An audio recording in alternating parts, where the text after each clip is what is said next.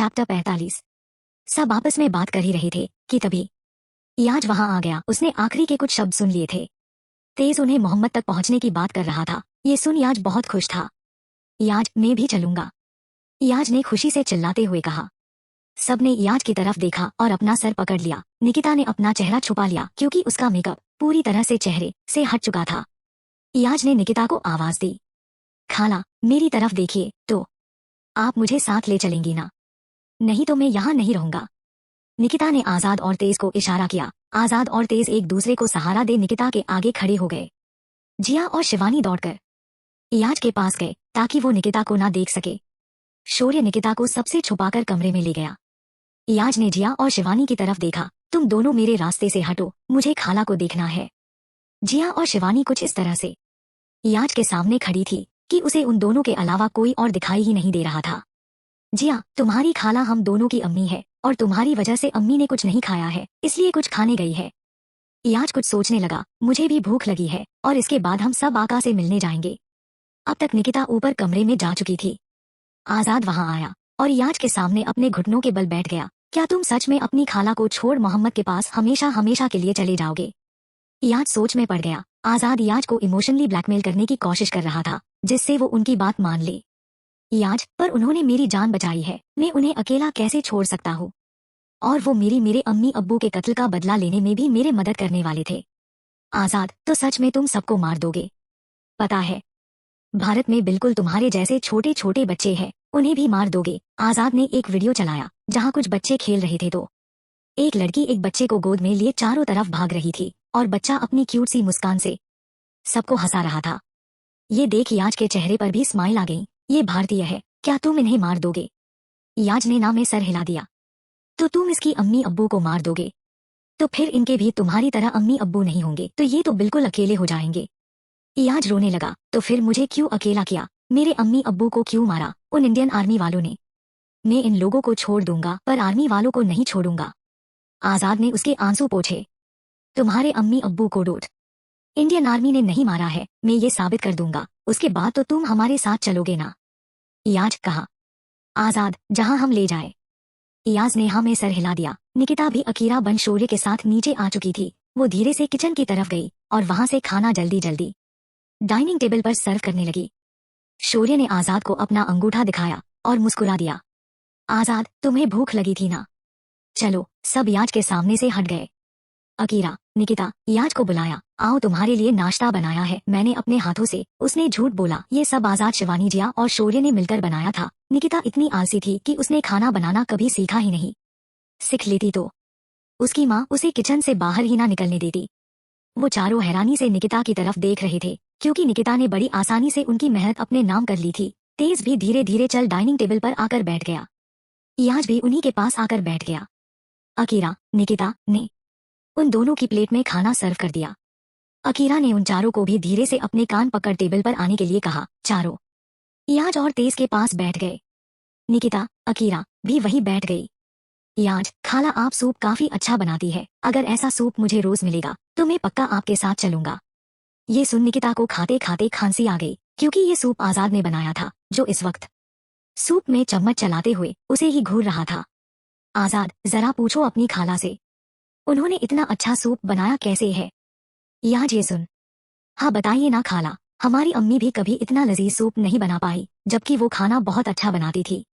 निकिता ने एक fake smile दी और धीरे से फिर से कान पकड़ लिए ताकि आजाद उसे माफ कर दे। याज, खाला आप ये बार बार अपने कान क्यों पकड़ रही है? निकिता सकपका गई। कान में खुजली हो रही है ना, इसलिए। निकिता ने सूप चखा।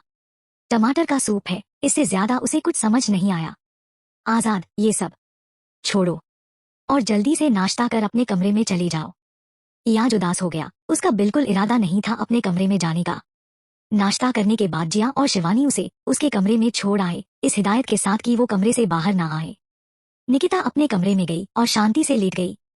कल का दिन बहुत खास था उन लोगों के लिए, इसलिए सब काम पर लगे हुए थे। तेज अपने हाथ और पैरों को ठीक करने की कोशिश कर रहा था तो आजाद हथियार इकट्ठा कर रहा था।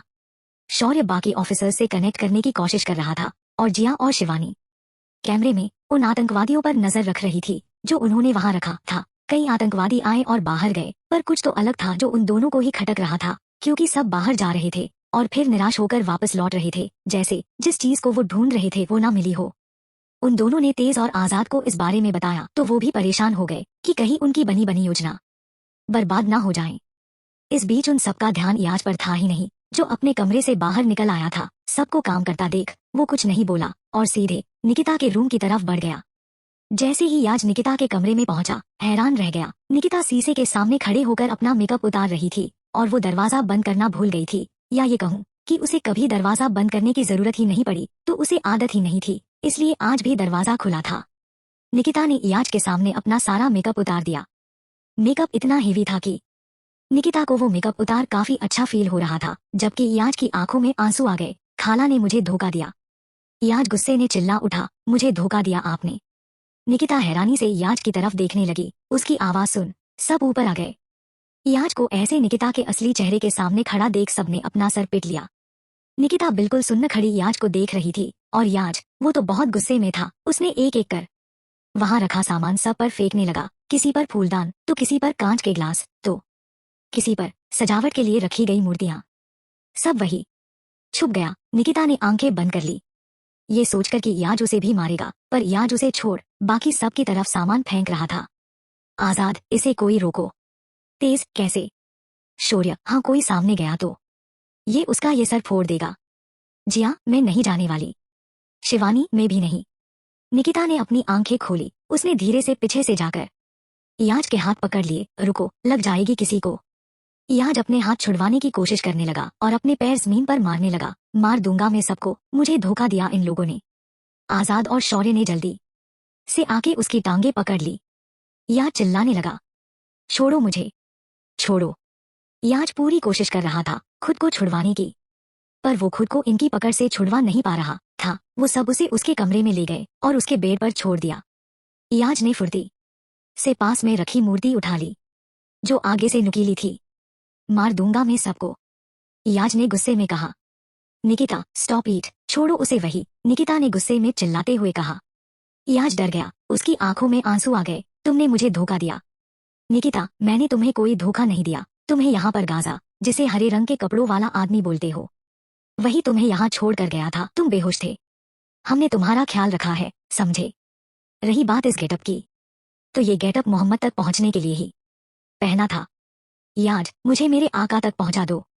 मुझे कुछ नहीं चाहिए तुम लोगों से, मुझे जाने दो। निकिता, तुम अब हमारे साथ भारत चलोगे? ये सुन याज हैरान रह गया। मैं नहीं जाऊंगा उस नापाक देश में। निकिता ने आगे बढ़ उससे वो मूर्ति छीन ली। मैंने तुमसे पूछा नहीं है, बता रही हूँ तुम्हें, और अगर ज्यादा नखरे किए तो आज के आज तुम्हें तुम्हारे बाकी साथियों की तरह भारत भेज दूंगी। अगर शांत रहे तो हमारे साथ चलोगे? याज ये सुन डर गया। वो वही चुपचाप बैठ गया। ऐसा मत करना, मैं यहीं अच्छे से रहूंगा, पर मुझे कहीं नहीं जाना। ये सुन सब बाहर चले गए। आजाद निकिता से बहुत नाराज था। इतनी बड़ी लापरवाही, वो तो हमने याज को संभाल लिया, नहीं तो कुछ भी हो सकता था। याज को चोट लग सकती थी, वो हम में से किसी को चोट पहुंचा सकता था। निकिता ये सब चुपचाप सुन रही थी। वो चेहरे से काफी सीरियस लग रही थी। आजाद, अब कुछ बोलोगी भी या ऐसे ही? तेज ने आजाद के कंधे पर हाथ रख उसे शांत रहने के लिए कहा, पर आजाद ने उसका हाथ छिटक दिया। आज नहीं मेजर, आज नहीं। इसकी गलती हमें कितने बड़े खतरे में डाल सकती थी। तुम्हें इस मिशन को पूरा भी करना है या सिर्फ टाइम पास के लिए आई हो यहाँ पर? शौर्य, रहने दो यार, हो गई गलती, माफ कर दो। उसे भी अब निकिता के लिए बुरा लग रहा था। आजाद ने उसे हाथ दिखा चुप रहने के लिए कहा। हर बार नहीं, मैंने इसे बहुत माफ कर लिया, इस बार नहीं। हर बार ये गलतियां करती है और मैं इसे माफ करता जाता हूँ। समझती क्या हो खुद को? तुम लायक नहीं हो हमारी टीम के लिए। कल हमारे लिए कितना इम्पोर्टेंट दिन है पता है तुम्हें? जिया और तुम्हारी एज में ज्यादा फर्क नहीं है। तुम्हारी जैसी गलतियां तो वो भी नहीं करती। मुझे आज तक चीफ के फैसले पर शक नहीं हुआ, पर आज लग रहा है तुम्हें हमारी टीम में लाने का फैसला गलत था। तुम उसी पानीपुरी के ठेले के ही लायक हो जहां पूरा दिन तुम आवारागर्दी करती थी। तुम्हें हमारी टीम में नहीं होना चाहिए था। निकिता अभी भी नीचे झांक रही थी। उसकी आंखें नम हो चुकी थी, फिर भी उसने खुद को संभाल रखा था। सॉरी सर, गलती मेरी थी। सजा भी मुझे ही मिलनी चाहिए। ये सुन सब हैरान हो गए। आजाद, सजा? मुझे तुम जैसी लापरवाह लड़की को सजा तो दूर बात तक करने का मन नहीं कर रहा है। निकिता ने खुद को संभाला। कोई बात नहीं, मैं खुद को ही सजा दे देती हूँ। आजाद और बाकी सब हैरानी से निकिता की तरफ देखने लगे। निकिता ने टूटे हुए कांच के टुकड़ों की तरफ देखा और आगे बढ़ एक टुकड़ा उठा, अपने हथेली के बीचों बीच मार दिया। निकिता ने दर्द के मारे आंखें बंद कर ली, पर जो आजाद ने उसे बोला था वो अभी भी उसके दिमाग में घूम रहा था। इस बार वो सच में बुरी तरह से हर्ट हो चुकी थी। आजाद, तेज और बाकी सब निकिता की तरफ दौड़े। आजाद और तेज ने उसका हाथ पकड़ लिया।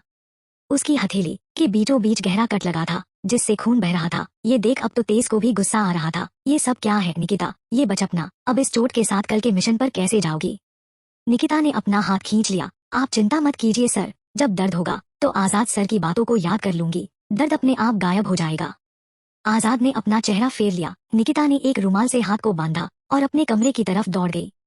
तेज, कैप्टन एक बार सोच लेना, तुमने गुस्से में निकिता से क्या कुछ नहीं कहा है। अगर पछतावा हो जाए तो बिना अपना ईगो बीच में लाए माफी मांग लेना, नहीं तो इस मिशन के बाद ये टीम हमेशा हमेशा के लिए बिखर जाएगी। इतना कह वो अपने कमरे की तरफ चला गया। शौर्य आजाद के पास आया। आज तक मुझे सिर्फ तुम ही सही लगे थे, पर आज तुम गलत हो। जो चीज हुई ही नहीं, तुमने उस चीज के लिए निकिता को इतना सुना दिया है। तुमने ये बिल्कुल सही नहीं किया। इतना कह वो भी अपने कमरे की तरफ दौड़ गया। जिया और शिवानी आजाद के पास आई। आजाद ने उन दोनों को घूरा। अब तुम दोनों भी बोल दो, मैंने ही गलत किया है। शिवानी, आप गलत है सर। जिया, गलती सबसे होती है, मेरे शुरुआती दिनों में मुझसे भी गलतियां हुई थी। निकिता इतने कम समय में इतना अच्छा परफॉर्म कर रही है, अगर उससे गलती हो जाती है तो आपको उसे समझाना चाहिए था, आपने बिल्कुल सही नहीं किया। शिवानी और जिया भी गुस्से में अपने कमरे की तरफ चली गई। हॉल में सिर्फ आजाद था। वो वही सोफे पर बैठ गया और अपना सर पकड़ लिया। कहीं मैंने गुस्से में कुछ ज्यादा तो नहीं बोल दिया? शीट, आजाद खुद का ही सर पीटने लगा। मैंने इस बार गुस्से में हद पार कर दी। बेचारी को कितना सुना दिया। रात हो गई थी, सब अपने कमरे में सोने जा चुके थे सिवाय आजाद के। वो बस अपना सर पकड़े खुद को ही कोस रहा था। तभी उसे निकिता की चोट का ख्याल आया। वो जल्दी से फर्स्ट एड बॉक्स लेकर निकिता के कमरे में गया, पर सामने का नजारा देख उसके कदम वही रुक गए। वो खुद ही अपने हाथ की पट्टी कर रही थी। वो दोनों हाथों का इस्तेमाल अच्छे से कर सकती थी, तो उसे पट्टी बांधने में ज्यादा दिक्कत नहीं आ रही थी। उसने आराम से अपनी पट्टी बांधी और उठकर बाहर जाने लगी तो सामने आजाद को देख दूसरी साइड से जाने लगी। आजाद, सॉरी, मैं गुस्से में अपना आपा खो देता हूँ। मुझे तुमसे ऐसे बात नहीं करना चाहिए था। ये सुन निकिता के कदम वही रुक गए। निकिता आजाद की तरफ पलटी। नहीं सर, आपको सॉरी बोलने की जरूरत नहीं है, गलती मेरी थी तो सुनना तो पड़ेगा ही। वैसे भी ये जरूरी था, मैं समझ गई हूँ। आज के बाद कोई बचपना नहीं करूंगी। अगर कभी रास्ता भटकने लगी तो ये चोट मुझे याद दिला देगी। मैं अब गलती से भी कोई गलती नहीं करूंगी सर। निकिता के चेहरा बिल्कुल भावहीन हो चुका था। ये देख आजाद को बहुत बुरा लग रहा था। निकिता वहां से सीधे हॉल में आई और किचन की तरफ बढ़ गई। उसने इयाज के लिए एक प्लेट में खाना परोसा और इयाज के कमरे की तरफ बढ़ गई। आजाद भी उसके पीछे गया और चुपचाप जाकर इयाज के कमरे में एक कोने में रखी चेयर पर बैठ गया। इयाज अपना मुंह ढके रो रहा था। निकिता ने उसके सामने खाना रखा और उसके पास बैठ गई। उसे पता था कि आजाद कमरे में है, पर उसने उस पर बिल्कुल ध्यान नहीं दिया। निकिता ने धीरे से वो कपड़ा हटाया जिसे वो मुंह पर ढके रो रहा था। इयाज ने गुस्से में निकिता की तरफ देखा और फिर कोने में बैठे आजाद की तरफ, जो उसे ही देख रहा था। तुम दोनों मुझे मारने आए हो ना? मार दो मुझे, पर ये खाना नहीं खाऊंगा, उसने उस खाने की प्लेट की तरफ देखकर कहा। हालांकि उसे भूख लग रही थी, पर इयाज बहुत जिद्दी था, वो इतनी आसानी से कैसे मान जाता। निकिता, ओके, उसने वो प्लेट ले ली। सच में तुम्हें नहीं खाना? इयाज ने ना में सर हिला दिया। निकिता मुस्कुराई। हमारे लिए ही अच्छा है। अगर खाना नहीं खाओगे तो कमजोर पड़ जाओगे, फिर तुम हमसे लड़ नहीं पाओगे और हम तुम्हें एक बैग में फोल्ड कर आसानी से इंडिया भेज देंगे। इयाज हैरानी से निकिता की तरफ देखने लगा। नहीं, मैं इंडिया नहीं जाऊंगा। इतना कह उसने वो प्लेट ले ली और खाना खाने लगा। आजाद ये देख हैरान था और साथ में खुश भी। सच में मैंने निकिता को कुछ ज्यादा ही बोल दिया। शक्ल से ही दिख रहा है कितना नाराज है। मुझे कुछ भी करके पहले इसका मूड ठीक करना होगा, तब शायद ये नॉर्मल हो पाए। निकिता ने इयाज को सुला दिया और फिर उसे कंबल ओढ़ा बाहर की तरफ आ गई। उसने इधर उधर देखा, तभी उसके सामने आजाद आ गया। निकिता ने कोई रिएक्ट नहीं किया। उसने इयाज के रूम का दरवाजा हल्का सा बंद कर दिया। आजाद, तुम नाराज हो मुझसे? निकिता मुस्कुराई। नहीं सर, मेरे पास आपसे नाराज होने की कोई वजह नहीं है। मैं मानती हूँ मुझे इस टीम में नहीं होना चाहिए था, पर आप चिंता मत कीजिए, इस मिशन के बाद मैं आपकी टीम छोड़ दूंगी। निकिता हॉल में आई और मैन डोर पर ताला लगा दिया ताकि कोई बाहर ना जा पाए, ना ही बाहर से कोई आ पाए। आजाद उसके पीछे आया। मैंने वो सब गुस्से में कहा था, मेरा ऐसा कोई मतलब नहीं था और तुम भूल रही हो। ये मेरी नहीं तुम्हारी टीम है और मैं तुम्हारी टीम का हिस्सा। निकिता ने खिड़कियां बंद करनी शुरू कर दी। क्योंकि खिड़कियों से भी आने के चांसेस थे, वो अब काफी सीरियस लग रही थी। आजाद, बात नहीं करनी मुझसे, इसलिए इग्नोर कर रही हो। निकिता मुस्कुराई। मैं आपको इग्नोर नहीं कर सकती सर, बस अपना काम कर रही हूँ, जो कि इस वक्त बहुत जरूरी है। मैं नहीं चाहती कि इस बार मुझसे कोई गलती हो। आजाद अपनी तरफ से पूरी कोशिश कर रहा था निकिता का मूड ठीक कर उसके गुस्से को कम करने का, पर निकिता हर एक सवाल का जवाब इतनी आराम से और अच्छे से दे रही थी कि आजाद को लग ही नहीं रहा था कि वो उससे नाराज है। आजाद, हम दोनों तो दोस्त है ना। दोस्ती में तुम मुझे सर कैसे बुला सकती हो? तुम मुझे मेरे असली नाम नरेन भी बुलाओ तो चलेगा। निकिता अब तक सब खिड़कियां बंद कर चुकी थी। सर, हम दोस्त हैं, पर मिशन के बाहर। जब तक ये मिशन है तब तक आप मेरे सर हैं। शायद कल ये मिशन खत्म हो जाए, हमें मोहम्मद मिल जाए, फिर आजाद, फिर हम दोस्त हैं। निकिता मुस्कुराई। बिल्कुल नहीं, हमारे रास्ते अलग हो जाएंगे। मैं इनायत के नाम से एक हॉस्पिटल खोलना चाहती हूँ। ये उसका सपना था, तो इस हॉस्पिटल के जरिए उसका सपना पूरा करूंगी। मम्मी पापा भी खुश हो जाएंगे। आजाद परेशान हो गया। तो क्या तुम रॉ छोड़ दोगी? निकिता, नहीं, जब मौका मिलेगा फिर किसी मिशन पर निकल जाऊंगी अपने देश को बचाने, पर मेरी खुद की भी एक पहचान जरूरी है जिससे मुझे दुनिया जाने। वो हॉस्पिटल मेरी पहचान बनेगा। इतना कह वो अपने कमरे की तरफ बढ़ गई। आजाद ने अपना सर पकड़ लिया और दीवार से टिक कर खड़ा हो गया। शायद मैंने कुछ ज्यादा ही बोल दिया, तभी ऐसी बहकी बहकी बातें कर रही है। कहीं इसने जो कहा वो सच में तो नहीं करना चाहती। ऐसे तो ये बिल्कुल हम सब से दूर हो जाएगी। अब जो करना है इस मिशन के बाद ही करना है। वो भी अपने कमरे की तरफ बढ़ गया। अगले दिन याद छुपकर नीचे झांक रहा था। तेज ने एक बेल्ट पहना और उस पर कई हथियार लगा दिए। पैरों में भी चाकू छुपा, अपने हाथ में एक बड़ी बंदूक ले ली। ऐसा ही सबने किया। सबने तेज के लाए हुए काले कपड़े और वो मास्क पहन लिया। आजाद ने बाकी ऑफिसर्स को बैकअप में आने के लिए कहा, क्योंकि उसे शक था कि शायद मोहम्मद उस जगह नहीं है, इसलिए वो किसी की जान खतरे में डालना नहीं चाहता था। इयाज धीरे से उनकी ब्लैक बुलेट प्रूफ गाड़ी के पीछे छुपकर बैठ गया। बाकी किसी ने इयाज पर ध्यान नहीं दिया। शिवानी ने इयाज के दूध में नींद की दवा मिलाई थी, पर इयाज ने सिर्फ दूध पीने का नाटक किया और सारा दूध बाहर गिरा दिया। पर ये बात टीम को नहीं पता थी। उन्हें तो यही लग रहा था कि इयाज आराम से सो रहा है। सब बुलेट प्रूफ कार में आकर बैठ गए। निकिता अभी भी काफी सीरियस थी। इस वक्त तो सभी बहुत सीरियस थे। उनके निकलने के बाद गाजा, जो सरफराज के चेहरे के साथ वहां छुपा हुआ था, वो भी उनके पीछे हो लिया। आजाद ने उस कब्रिस्तान से थोड़ा दूर गाड़ी रोकी। निकिता ने उन सबको शांत रहने के लिए कहा, क्योंकि बहुत सारे आतंकवादी वहां खड़े थे। उनके हाथ में हाईटेक बंदूक थी। उसने जिया को कुछ इशारा किया। जिया ने लैपटॉप खोल लिया और अंदर की फुटेज देखने लगी। जिया, निकिता, आतंकवादियों की संख्या एक में नहीं हजारों में है। अंदर हेलीकॉप्टर लैंड हुआ है। शायद मोहम्मद यहाँ से भागने की प्लानिंग कर रहा है। ये सुन निकिता परेशान हो गई। निकिता ने उन सबको यही रुकने के लिए कहा और गुस्से में अपनी गन लेकर नीचे उतर गई। आजाद, तुम अकेले नहीं जा सकती, पर निकिता ने उन्हें बिल्कुल इग्नोर कर दिया। उसने 2 बंदूकें ली।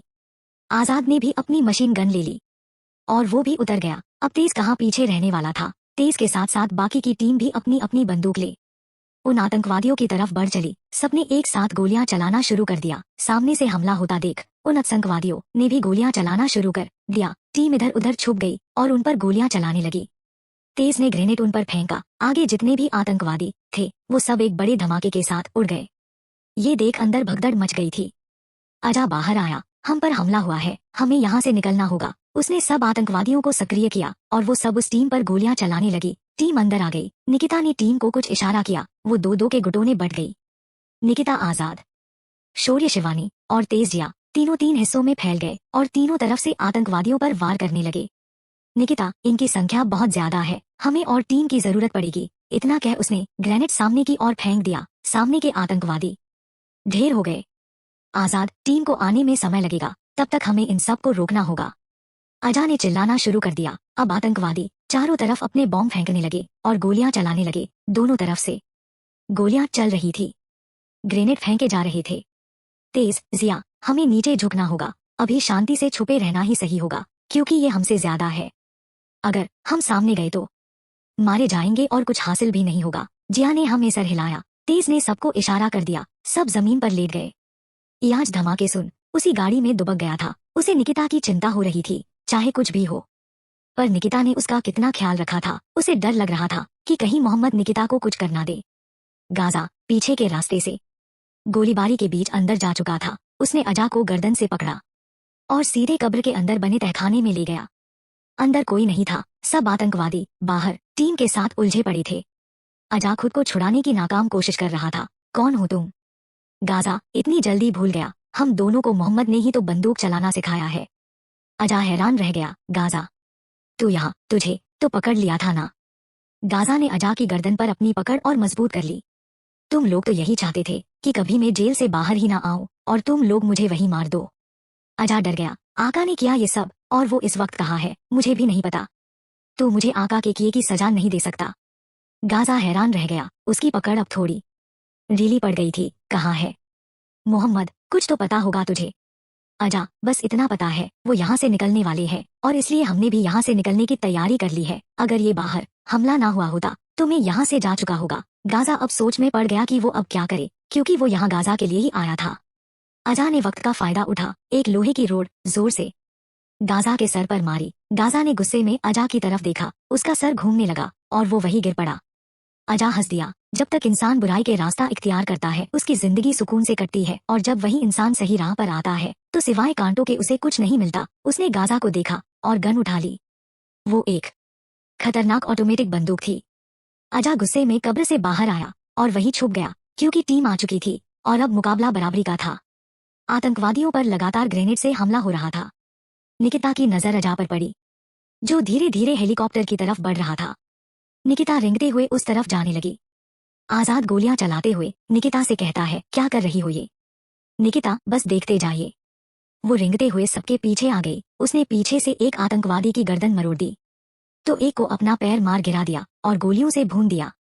निकिता अजा की तरफ बढ़ी कि अजा ने उसे अपनी तरफ बढ़ता देख उस पर गोली चला दी, जो कि सीधा निकिता के की कमर पर लगी। निकिता ने अपनी कमर पकड़ ली और फिर अगले ही पल उसे आजाद की बातें याद आने लगी। तुम इस टीम के लायक नहीं हो। चीफ को तुम्हें चुनना उनका सबसे गलत फैसला था। नहीं, मैं कमजोर नहीं हूँ। उसने अपनी नीचे गिरी बंदूक उठाई और अजा पर लगातार गोलियां बरसाने लगी। अजा एक दीवार के पीछे छुप गया। उसने एक बार फिर निकिता पर गोली चलाई, जो इसके कंधे पर लगी। अब तक लगभग आतंकवादी मारे जा चुके थे। आजाद, तेज, जिया, शौर्य और शिवानी की नजर उस तरफ गई। वो सब गोलियां चलाते हुए निकिता की तरफ भागे। निकिता एक बार फिर उठ खड़ी हुई। उसने आगे बढ़ अजा की कॉलर पकड़ ली। वो काफी कमजोर महसूस कर रही थी। उसने अजा को एक जोरदार लात मारी और उसकी गन छीन ली। अजा भागने लगा। निकिता के आगे सब धुंधला धुंधला दिखाई दे रहा था। जय हिंद, निकिता ने खुद के अंदर हिम्मत पैदा की। जय हिंद, निकिता चिल्लाई। उसने ग्रेनेड लिया और चिल्लाते हुए अजा की तरफ फेंक दिया। अजा वही फट गया। निकिता ग्रेनेड के संपर्क में आने की वजह से थोड़ा दूर जा गिरी। सब चिल्ला उठे। निकिता नीचे गिर पड़ी। उसे सांस लेने में काफी तकलीफ हो रही थी। आजाद, तेज, शौर्य, शिवानी और जिया निकिता के पास आ गए। आजाद ने उसे गोद में उठा लिया। तेज उसके हाथ मसल रहा था। शिवानी और जिया की आंखों में आंसू आ गए। तीनों कोशिश कर रहे थे कि निकिता बेहोश ना होने पाए। शौर्य, निकिता तुम्हें दर्द हो रहा होगा, मैं जानता हूँ, बस थोड़ी हिम्मत रखो। शिवानी, तुम फाइटर हो, तुम्हें कुछ नहीं होगा। जिया, प्लीज निकिता अपनी आंखें बंद मत करना। निकिता मुस्कुराई। शायद मैं शहीद होने वाली हूँ। सारे डर एक साथ खत्म हो गए हैं। मुझे खुद पर गर्व है, निकिता ने अटकते हुए कहा। तेज, हम सबको तुम पर गर्व है निकिता, पर अभी हमें तुम्हारी जरूरत है। मोहम्मद अभी तक पकड़ा नहीं गया है। निकिता सांस नहीं ले पा रही थी, इसलिए उसे बोलने में भी तकलीफ हो रही थी। आजाद ने निकिता को कार में लेटाया। निकिता को जल्दी से जल्दी यहाँ से ले चलो।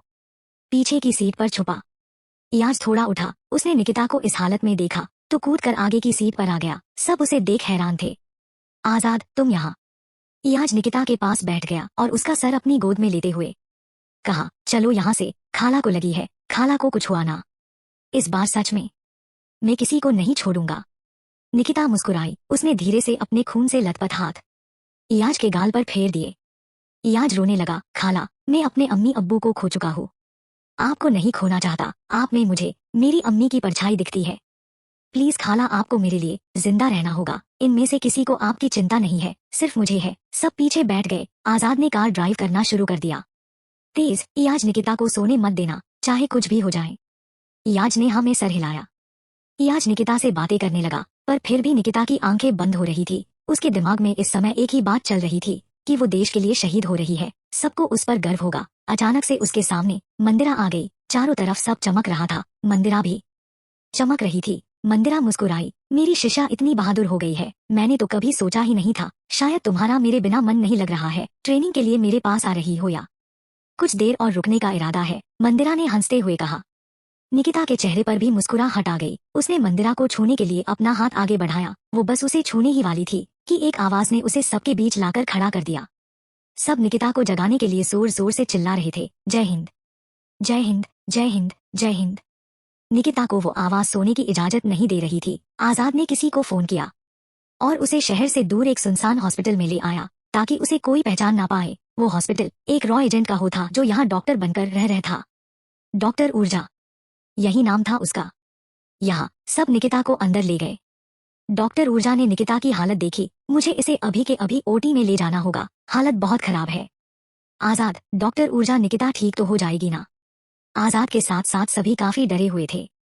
डॉक्टर ऊर्जा ने कुछ नहीं कहा और निकिता को ओटी में ले गए। तेज और आजाद शौर्य, शिवानी और जिया के पास बैठ गए। सभी बहुत परेशान थे, जबकि याज ओटी के बाहर ही चहलकदमी कर रहा था। उसकी नजर ओटी पर ही थी। वो बस किसी तरह निकिता को सही सलामत देखना चाहता था। तब तक उसे चैन ना पड़ता। एक पल के लिए उसके सामने उसके अम्मी अब्बू के साथ निकिता भी जाती दिखाई दे रही थी।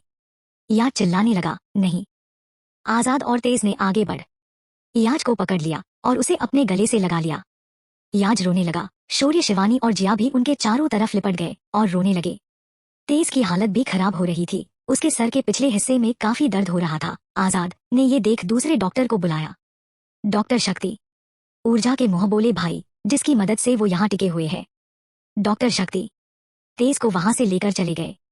डॉक्टर शक्ति ने उन्हें इंजेक्शन दिया ताकि वो आराम से सो जाए और उन्हें किसी प्रकार की कोई टेंशन ना हो।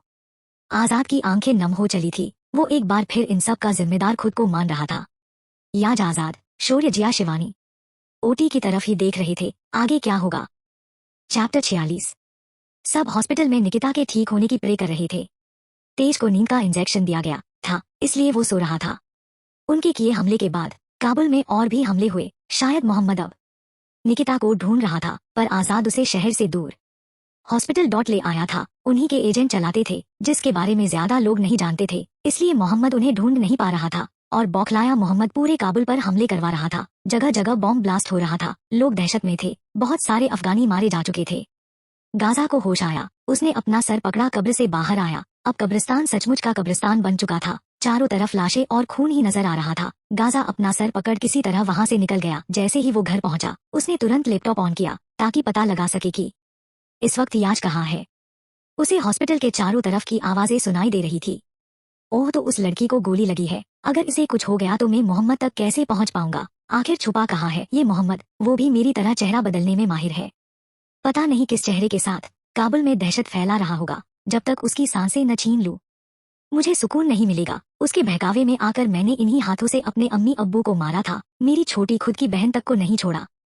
मुझे सजा मेरे अल्लाह देंगे, पर मोहम्मद की सजा मैं खुद मुकर करूंगा। उसकी आंखों में मोहम्मद के लिए नफरत साफ झलक रही थी। पर मोहम्मद कहाँ था, उसे खुद पता नहीं था। थोड़ी देर बाद डॉक्टर ऊर्जा बाहर आए। सब एक आश के साथ उनकी तरफ देख रहे थे। आजाद, निकिता ठीक तो है ना?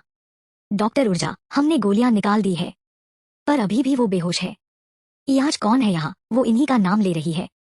इयाज ये सुन दौड़कर अंदर चला गया। शिवानी, क्या हम भी अंदर जा सकते हैं? डॉक्टर ऊर्जा, अभी नहीं। ओटी में ज्यादा भीड़ नहीं कर सकते, पर वो अब ठीक है। और हाँ, उन्हें कुछ दिन आपके मिशन से दूर ही रखिए। उन्हें रिकवर होने में समय लगेगा। और ध्यान रखना, हमारे इस हॉस्पिटल के बारे में किसी को पता ना चले, नहीं तो इस माहौल में मेरे लिए मुसीबत और बढ़ जाएगी। तभी शक्ति वहाँ आ गया। शक्ति को देख ऊर्जा ने टॉपिक चेंज कर दिया। पेशेंट खतरे से बाहर है। ऊर्जा शक्ति को लेकर वहां से चला गया। आजाद ने चैन की सांस ली और तेज के रूम की तरफ बढ़ गया। तेज अभी भी इंजेक्शन के असर की वजह से बेहोश था। आजाद तेज के पास बैठ गया। मेजर। कुछ देर तक आजाद वही अपने हाथों को अपने चेहरे से ढके वही बैठा रहा। फिर अचानक किसी ने उसके हाथ पर हाथ रखा। तेज को होश आ चुका था। आजाद को परेशान देख उसने आजाद का हाथ पकड़ा और उठ बैठा। आजाद तेज को देख, मेजर आराम कीजिए, आपकी सेहत के लिए ये सही नहीं है।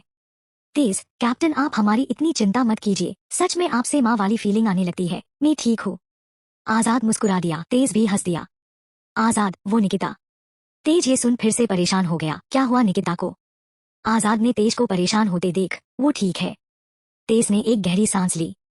शुक्र है, चलो निकिता से मिलते हैं। तेज उठा और जाने लगा, पर आजाद वही बैठा था। तेज ये देख पलटा और आजाद के पास आ गया। क्या हुआ? अभी डॉक्टर ने मना किया है, आजाद ने कहा। तेज वही बैठ गया। आजाद ने एक गहरी सांस ली।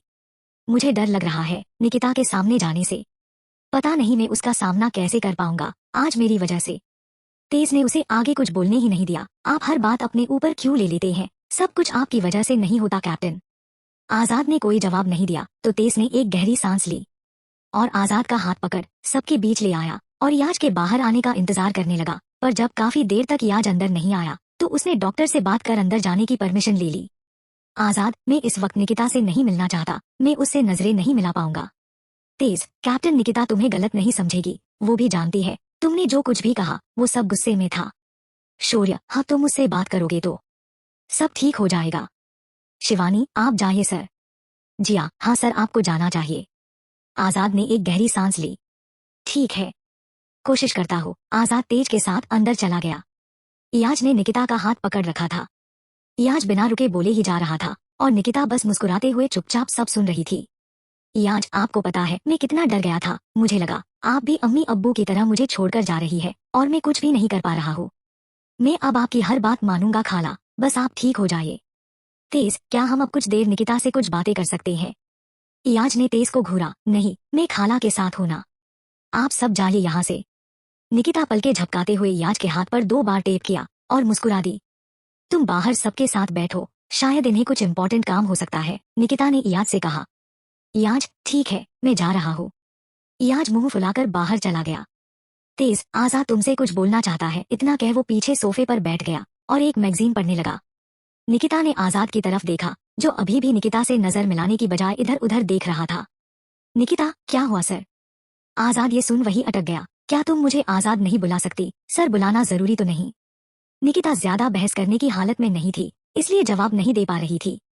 आजाद निकिता के पास आकर बैठ गया। मैं तुम्हें कुछ नहीं कहूंगा, देखो तुम्हें 2 गोलियां लगी है, मुझे गुस्सा आ रहा है, फिर भी मैं कितने अच्छे से बात कर रहा हूँ। तो तुम्हें नहीं लगता तुम्हें जो पीछे हुआ उसे भूलकर आगे बढ़ना चाहिए? निकिता मुस्कुराई। मैं तो भूल चुकी हूँ और कब का आगे बढ़ गई हूँ। मैं आपसे नाराज नहीं हूँ सर, आप भी भूल जाइए, अब तक हमें मोहम्मद मिला नहीं है, हमें अपने मिशन पर ध्यान देना चाहिए। निकिता 2 टूक जवाब देकर चुप हो गई। आजाद हैरान था, उसने निकिता का ये वाला रूप कभी नहीं देखा था। निकिता काफी बदली बदली लग रही है, उसने जितना बचपना है वो अब उससे कई ज्यादा मैच्योर बिहेव कर रही थी। हालांकि आजाद को उसका बचपना बिल्कुल पसंद नहीं था, पर अब उसे मैच्योर निकिता भी कुछ खास पसंद नहीं आ रही थी।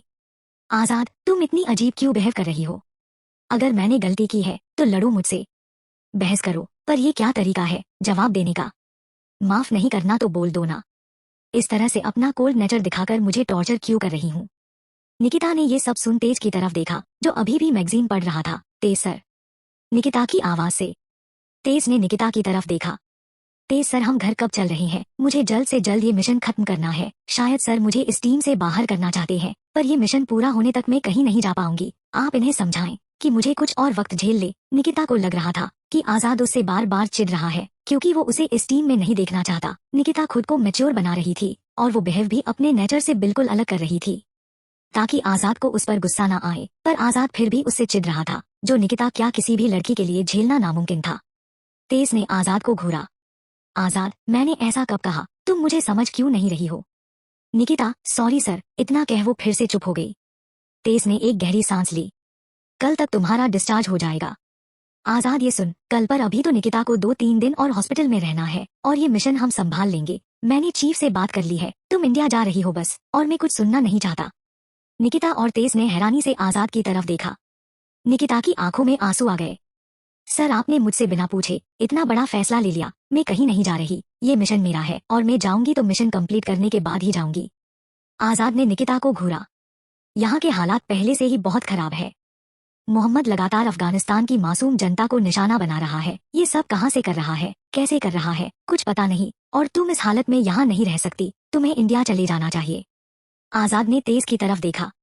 मेजर, आपकी इंडिया चले जाना चाहिए, आपकी हालत ठीक नहीं है।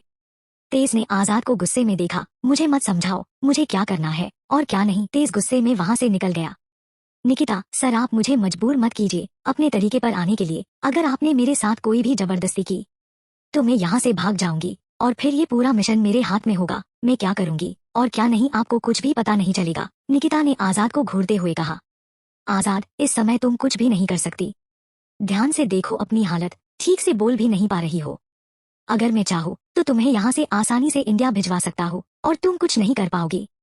निकिता ने आंखें बंद कर ली। अचानक ही उसके आंखों में से आंसू बह निकले। वो खुद को आज बहुत असहाय महसूस कर रही थी। आजाद, तुम रो क्यों रही हो? अभी तुम्हारा ठीक होना ज्यादा इम्पोर्टेंट है। निकिता ने आंखें खोली। वो अब काफी शांत लग रही थी। क्या चाहते हैं सर आप मुझसे? ये पनिशमेंट मुझे क्यों दी जा रही है? आप अच्छे से जानते हैं ये मिशन मेरे लिए कितना इम्पोर्टेंट है। आजाद ने एक गहरी सांस ली। तुम मुझे सर क्यों बुला रही हो? ये बात मुझे बिल्कुल पसंद नहीं आ रही और मैं सॉरी बोल रहा हूँ ना। हो गई मुझसे गलती। मुझे तुम पर गुस्सा आया और जो मेरे मन में आया वो मैंने सुना दिया, पर अब सच में मुझे गिल्ट है। निकिता, आपको मेरा बचपना पसंद नहीं था तो मैंने खुद को बदल लिया। अब भी आपको मुझ में कमी ही नजर आ रही है तो मैं कुछ नहीं कर सकती। अब आगे जो भी होगा सर आप खुद जिम्मेदार होंगे। आजाद ने हैरानी से निकिता की तरफ देखा। क्या करने वाली हो तुम? इस बार कुछ ऐसा वैसा मत करना। निकिता ने एक टेढ़ी मुस्कान दी और अपना चेहरा दूसरी कर लिया। आजाद ये देख काफी डर गया। मेरे सामने तुम कुछ गड़बड़ नहीं कर सकती। इतना कह वो भी पीछे सोफे पर बैठ गया। एक एक कर सब उससे मिलने आए और फिर चले गए। ये आज वहीं पर रुकना चाहता था पर सिर्फ 2 लोग हॉस्पिटल में रुक सकते थे। तेज की तबीयत पहले से ही ठीक नहीं थी, इसलिए जिया और शिवानी के साथ उन दोनों को जाना पड़ा। शौर्य आजाद के साथ वही रुक रहा था जबकि बाकी घर चले गए। शौर्य धीरे से सोते हुए आजाद के पास आया और उसकी कान में कहा, निकिता भाग गई है। ये सुन आजाद हड़बड़ा कर उठ गया। सामने ही निकिता सो रही थी। आजाद ने शौर्य को घूरा तो शौर्य मुस्कुरा दिया। कुछ देर बाद शौर्य खुद तो सो गया पर आजाद की आंखों से नींद अब गायब हो चुकी थी। आजाद, चाहे कुछ भी हो जाए इस बार तुम्हें अपनी मनमानी नहीं करने दूंगा, आजाद ने खुद से कहा। अगली सुबह निकिता ने आंखें खोली तो सामने आजाद खड़ा था जो उसे ही देख रहा था। रात भर ना सोने की वजह से उसकी आंखें लाल हो चुकी थी, पर मजाल है आजाद ने एक बार भी पालक झपकाई हो। जबकि शौर्य तो अभी भी सो ही रहा था। निकिता ने एक गहरी सांस ली। घर चले जाए और जाकर आराम कर लीजिए। सर आप चाहे यहाँ मेरे सामने रहो तो भी आप मुझे रोक नहीं पाएंगे। मुझे जो करना है वो तो मैं कर कर ही रहूंगी। निकिता ने एक गहरी मुस्कान दी। शायद वो बहुत खतरनाक कुछ सोच रही थी। आजाद को नींद आ रही थी पर वो चाहकर भी निकिता को अकेला नहीं छोड़ना चाहता था क्योंकि वो जानता था कि निकिता एक मौका तलाश रही है। अगर वो मौका उसे मिला तो सब गड़बड़ कर देंगी। आजाद वही निकिता के पास बैठ गया और उसके हाथ पर हथकड़ी पहना। हथकड़ी पकड़ वही सर रख सो गया। निकिता ये देख चिढ़ गई। उसने शौर्य की तरफ देखा जो अभी भी आंखें मलते हुए उठा था। उसने कुछ सोचा और ऐसे एक्टिंग करने लगी जैसे उसे सांस लेने में तकलीफ हो रही है। शौर्य ये देख डॉक्टर डॉक्टर चिल्लाने लगा। आवाज से आजाद भी उठ गया। उसने निकिता की तरफ देखा। आजाद निकिता की एक्टिंग पहचान नहीं पाया। वो भी शौर्य के साथ डॉक्टर ऊर्जा को बुलाने दौड़ पड़ा। उन दोनों के जाते ही निकिता मुस्कुराई। उसने हथकड़ी की तरफ देखा। वक्त आने पर तुम्हें भी निकाल दिया जाएगा, अभी तो यहाँ से भागना जरूरी है। निकिता ने खड़े होने की कोशिश की। उसके कंधे और कमर पर बहुत दर्द हो रहा था। निकिता ने आंखें बंद कर ली। उसे यहाँ से किसी भी हालत में निकलना था। तभी उसे कुछ कदमों की आहट आई। शायद आजाद डॉक्टर को लेकर आ गया है। मुझे यहाँ से जल्दी निकलना होगा। निकिता की नजर आगे खिड़की पर पड़ी। वो किसी तरह खिड़की तक पहुंची। तभी दरवाजा खुला और आजाद के सामने निकिता नीचे कूद गई। आजाद दौड़कर खिड़की के पास आया। निकिता नीचे गिर गई थी। उसने अपना हाथ पकड़ लिया। उसकी कमर पर जो टांके लगे थे वो अब खुल गए थे जिससे खून निकल रहा था। डॉक्टर ऊर्जा और शौर्य अभी भी शॉक में थे। उन्हें कुछ समझ नहीं आ रहा था कि ये सब क्या हो रहा है। उनके देखते देखते आजाद भी निकिता को पकड़ने के लिए खिड़की से कूद गया। दोनों खिड़की पर आए। निकिता आगे सड़कों पर भाग रही थी। सड़कें सुनसान थी क्योंकि वहां पहले भी बहुत हमले हो चुके थे। इस समय तो पूरा पूरा काबुल ही सुनसान था तो कोई नहीं था निकिता को रोकने वाला। आजाद चिल्लाते हुए उसके पीछे भाग रहा था और निकिता को रोकने की कोशिश कर रहा था, पर निकिता अब कहाँ किसी की सुनने वाली थी। निकिता को काफी तेज दर्द हो रहा था। उसके खून से सड़कें लाल हो रही थी पर फिर भी वो भागी जा रही थी। आजाद ने निकिता को पकड़ लिया। हिम्मत कैसे हुई तुम्हारी भागने की? आजाद ने निकिता को घूरा। निकिता ने आजाद की गर्दन पर वार किया। निकिता ऐसा नहीं करना चाहती थी पर उसे करना पड़ा। आजाद वही बेहोश हो गया। निकिता ने उसे बेहोश देखा। तभी उसे उसकी तरफ शौर्य भागता हुआ दिखा। शौर्य उस तक पहुंचता उससे पहले निकिता दीवार की तरफ भागी और किसी तरह दीवार से दूसरी तरफ कूद गई। शौर्य ने आजाद को संभाला और अपना सर पकड़ लिया। उसे बिल्कुल अंदाजा नहीं था कि निकिता ऐसा कुछ करेगी। कुछ घंटों बाद आजाद को होश आया तो वो सबके बीच घर पर ही था। आजाद झट से खड़ा हो गया। निकिता भाग गई। मुझे उसे पकड़ना होगा। वो सबने अपना सर झुका लिया। तभी याज ने उसका फोन स्पीकर पर डाल उसके सामने कर दिया। खाला आपसे बात करना चाहती है, इतना कह वो यहाँ से भाग गया। आजाद, तुम कहाँ हो? अभी के अभी घर आओ, आजाद ने गुस्से में चिल्लाते हुए कहा। निकिता, शांत हो जाइए सर, मैं जहाँ भी हूँ बिल्कुल ठीक हो और मुझे ढूंढने की कोशिश मत करना। मैं आपको अब नहीं मिलने वाली। मैं नहीं चाहती थी कि मैं कुछ ऐसा करूं, पर मैं और आप साथ में इस मिशन को कभी कंप्लीट नहीं कर सकते। हमारी सोच, हमारा तरीका, हमारा नेचर सब कुछ अलग है। अगर हम साथ में काम करते हैं तो सिर्फ झगड़ा होगा हम दोनों के बीच। हम दोनों अलग अलग अपने हिसाब से मोहम्मद तक पहुंचे, यही ठीक है। बस इतना समझ लीजिए, हमारी मंजिल एक है, बस रास्ते अलग हो गए हैं। आजाद, बहुत ज्यादा बकवास हो गई है। तुम समझती क्या हो खुद को? माना कि हम में लड़ाइयाँ बहुत होती है, पर वक्त आने पर हम दोनों अपनी लड़ाइयाँ भूल एक साथ होते हैं कि नहीं? जब दो अलग अलग सोच के लोग टकराते हैं तो जंग होगी ही होगी। अलग अलग काम करने से कुछ हासिल नहीं होने वाला है। मैं तुमसे आखिरी बार बोल रहा हूँ, चुपचाप घर आ जाओ। मैं तुम्हें कुछ नहीं कहूंगा, पर अगर मैं अपनी पर आ गया तो सच में तुम्हें इस बार हमेशा हमेशा के लिए तुम्हारे माँ बाप के पास भिजवा दूंगा। फिर तुम कभी किसी मिशन पर नहीं जा पाओगी, ना ही तुम हमारी टीम और रॉ का हिस्सा रहोगी। आजाद के कानों में निकिता की हंसी की आवाज गूंज उठी। मैं कह नहीं रहा हूँ, कर भी सकता हो, समझी? निकिता, कर लीजिए जो करना है आपको, मुझे कोई फर्क नहीं पड़ता। अभी मैं रूल में बंधी हुई हूँ, इसलिए चांसेज है आपको मोहम्मद जिंदा मिले। वैसे इसके चांसेज भी कम ही है, पर ये चांसेज उसके बाद बिल्कुल जीरो हो जाएंगे। ने धमकी नहीं देती हूँ सर, पर आज आपने मजबूर कर दिया है। आप आज से और अभी से समझ लीजिए, मैंने इस टीम को छोड़ दिया है। मिशन पूरा होने के बाद याज को लेने वापस आऊंगी, तब तक उसका ख्याल रखना। निकिता फोन कट करने ही वाली थी कि आजाद की आवाज उसके कानों पर पड़ी। जैसी तुम्हारी इच्छा। मैंने बहुत कोशिश की तुम्हें इस टीम के साथ लेकर चल सकूं, पर अब तुम खुद ही अलग होना चाहती हो। तो मेरी भी एक बात सुन लो, मैं तुम्हें कभी माफ नहीं करूंगा। निकिता ने एक टेढ़ी मुस्कान दी। बाय बाय सर, मुझे कोई फर्क नहीं पड़ता। इतना कह उसने कॉल कट कर दिया। ये सुन, गुस्से में आजाद ने फोन फेंक दिया। फोन दीवार से टकराकर चकनाचूर हो चुका था। तेज ने आगे बढ़ आजाद को हक कर लिया। शांत हो जाओ कैप्टन, सब कुछ हमारे हिसाब से नहीं होता है। अब निकिता खुद गई है तो उसे रोकना बेवकूफी होगी। वो एक काबिल एजेंट है, वो अपनी रक्षा खुद कर सकती है। हम चाहकर भी कुछ नहीं कर सकते। अभी यहाँ जैसे हालात है, हमें जल्द कुछ ना कुछ करना होगा, नहीं तो मोहम्मद को यहाँ से भागने का मौका मिल जाएगा। आजाद ने खुद को शांत किया और तेज से अलग होकर कहा, आप सही कह रहे हैं मेजर। जिया आगे आई। सर, हमें पता है निकिता घायल है, पर शायद निकिता अकेले ज्यादा अच्छे से काम कर पाए। पहले भी उसने अकेले विनय के गद्दार होने का खुलासा किया था। वो जब भी अकेले कुछ करती है तो धमाका करती है सर। शिवानी सर, एक बार ये मिशन पूरा हो जाए उसके बाद हम सब मिलकर निकिता को मना लेंगे। आजाद, इन सब की कोई जरूरत नहीं है। अब हमें सिर्फ अपने मिशन पर ध्यान देना है। जो चला गया इस बार वो हमेशा के लिए चला गया। उसके बारे में बातें करने से अच्छा अपने मिशन पर ध्यान दो। और आज से और अभी ऐसे में ये मिशन अपने हाथों में ले रहा हूँ। इतना कह वो निकल गया। कुछ दिन ऐसे ही बीत गए।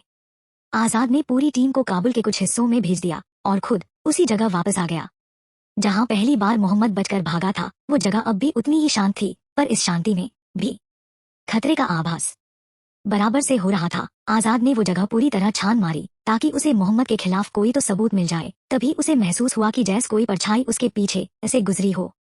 आजाद पलटा, पर उसे कोई नजर नहीं आया। आजाद अंदर आ गया। उसने एक एक घर को तलाशना शुरू कर दिया, पर उसे जली हुई चीजों के अलावा कुछ भी नहीं मिला। उनमें से सिर्फ एक घर था जो जला हुआ नहीं था, बाकी घरों से थोड़ी अच्छी हालत में था। आजाद को वहां से कुछ आवाजें आ रही थी। उसने अपनी गन निकाल ली और धीमे धीमे कदमों से आगे बढ़ने लगा। अंदर एक शख्स जिसने अपने पूरे शरीर को ढक रखा था, वो एक पुरानी और अजीब सी तस्वीर को ध्यान से देख रहा था। असल में वो एक पहाड़ की तस्वीर थी जो कि बीच में से टूटा हुआ था, और एक पेड़ जो कि उसी पहाड़ जितना लंबा था। उसे उन कटे हुए पहाड़ों के बीचों बीच बनाया गया था। साथ ही उस पेड़ के कोने में उस चित्र बनाने वाले का नाम लिखा हुआ था, तैयबा हुसैन। वो उसे देख ही रहा था कि आजाद ने पीछे से आकर उस पर गन तान दी। नकाब हटाओ अपना, वरना, आजाद ने अपनी गन को पॉइंट करते हुए कहा। पर उस शख्स ने कोई जवाब नहीं दिया। आजाद गोली चलाने ही वाला था कि एक जानी पहचानी आवाज आई, मैं हूँ। आजाद ने हैरानी से गन पीछे कर ली। उस शख्स ने नकाब उतारा। वो कोई और नहीं, निकिता ही थी। आजाद हैरान रह गया। तुम? निकिता ने अपनी नजरें फेर ली। आजाद ने निकिता को घूरा। ओह अच्छा है, टीम से अलग होकर क्या हासिल हो गया तुम्हें? निकिता मुस्कुराई। सर, मैं टीम से अलग नहीं हुई, बस अलग होकर काम कर रही हूँ, सिर्फ आपकी वजह से। निकिता वो तस्वीर लेकर जाने लगी तो आजाद ने वो तस्वीर पकड़ ली।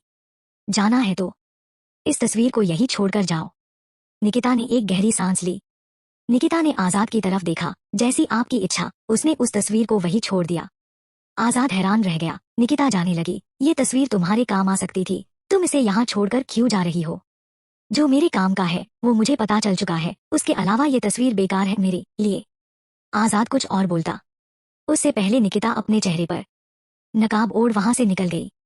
आजाद मन में सोच क्या रही है निकिता? उसने ध्यान से तस्वीर को देखा। उसने दीवार पर लगी और तस्वीरों की तरफ भी देखा। सब तस्वीर काफी अलग अजीब थी। कहीं पेड़ पर हाथी बैठाया हुआ था तो कहीं एक खिलौने का छोटा घर आग में जल रहा था, और लोग ऐसे चिल्लाते परेशान दिखाए गए थे जैसे वो खिलौना नहीं, उनका खुद का घर हो। आजाद ने एक एक तस्वीर को ध्यान से देखा। उन सब में एक ही कॉमन चीज थी, उन पेंटिंग को बनाने वाला एक ही इंसान था या थी। तेबा। नाम काफी यूनिक था। आजाद ने शौर्य और शिवानी को कॉल किया। काबुल में एक पेंटर है तेबा, जो अजीब तस्वीरें बनाता है, पता लगाओ कौन है और कहाँ मिलेगा। आजाद ने कॉल तो कट कर दिया, पर उसे ये तैबा नाम काफी जाना पहचाना लग रहा था, जैसे उसने कहीं सुना हो। पर कहा उसे कुछ याद नहीं आ रहा था। कौन है तैबा और इसका मोहम्मद के साथ क्या संबंध है? जानने के लिए अगले भाग का इंतजार करें। इस कहानी अगले 2-3 भागों में खत्म हो जाएगी। कहानी के अंत तक बने रहे और रेटिंग्स और समीक्षाएं देना ना भूले। जय हिंद। राहे सारीना। चैप्टर 47। निकिता एक गली से होते हुए एक फूलों से ढके सुंदर से घर का दरवाजा खटखटाया। दरवाजा गाजा ने खोला। निकिता सीधे अंदर चली आई। गाजा ने दरवाजा बंद कर दिया। गाजा निकिता की तरफ मुड़ा। क्या खबर लाई हो? निकिता, तेबा, हमें उस तक पहुंचना होगा। इतना कह उसने अपने जूते और नकाब वही फेंक एक कमरे की तरफ बढ़ गई। गाजा ने एक गहरी सांस ली। कभी सोचा नहीं मुझे एक दुश्मन की मदद करनी पड़ेगी। उसे वो दिन याद आ गया जब वो हॉस्पिटल आता था, ये देखने के लिए कि निकिता ठीक है या नहीं, क्योंकि वो ही उसे मोहम्मद तक पहुंचा सकती थी। मोहम्मद ने अपना भेष बदला हुआ था, इसलिए कोई उसे पहचान नहीं पाया। उसने जब निकिता को भागते हुए देखा तो वो भी निकिता के पीछे था। जब निकिता दीवार के दूसरी तरफ कूदी थी, शरीर कमजोर होने की वजह से लड़खड़ा कर गिर पड़ी थी। लगातार खून बहने की वजह से वो वही बेहोश हो गई। शौर्य के आने से पहले गाजा वहां पहुंचा और निकिता को लेकर वहां से चला गया। शौर्य को लगा कि निकिता भाग चुकी है, इसलिए उसने आजाद को उठाया और वहां से चला गया।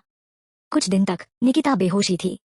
कल जब उसे होश आया तो गाजा ने उससे बात की। दोनों के बीच एक समझौता हुआ। गाजा उसका साथ देगा, पर मोहम्मद तक पहुंचने के बाद ये गाजा तय करेगा कि मोहम्मद को जिंदा छोड़ना है या उसकी जान लेकर अपना बदला लेना है। अब तो निकिता भी मोहम्मद को जिंदा नहीं देखना चाहती थी, पर रूल में बंधी थी। पर अब वो अपने हिसाब से सब कर रही थी, तो उसे गाजा की बात मान लेना ही सही लगा। गाजा ने किसी को फोन किया और 1 घंटे में तैबा का पता लगाने को कह अपने कमरे की तरफ बढ़ गया। याज अपने कमरे में था, निकिता से फोन पर बात कर रहा था, जबकि टीम नीचे हॉल में थी। आजाद ने शौर्य की तरफ देखा। कुछ पता चला तुम्हें इस तैबा के बारे में? शौर्य, ज्यादा कुछ तो नहीं, क्योंकि आज तक तैबा को किसी ने नहीं देखा है। कहाँ रहता है, क्या करता है, कौन है, किसी को कुछ नहीं पता। यहाँ तक ये भी नहीं मालूम कि तैबा एक लड़की है या लड़का। आजाद ने शिवानी की तरफ देखा। तुम्हें? शिवानी एक आर्ट स्कूल है, उसका नाम भी तैबा ही है। तेज, इसमें कोई खास बात है? शिवानी, हाँ, शहर में ये तैबा आर्ट स्कूल सिर्फ कुछ चुनिंदा लोगों के लिए ही है। मतलब यहाँ हर किसी को एडमिशन नहीं मिलता है, सिर्फ कुछ खास बच्चों को। और खास बात यह है कि ये बच्चे दिमागी रूप से कमजोर होते हैं, और एक बार इनका एडमिशन तैबा आर्ट स्कूल में हो जाता है तो इसके बाद ये बच्चे गायब ही हो जाते हैं।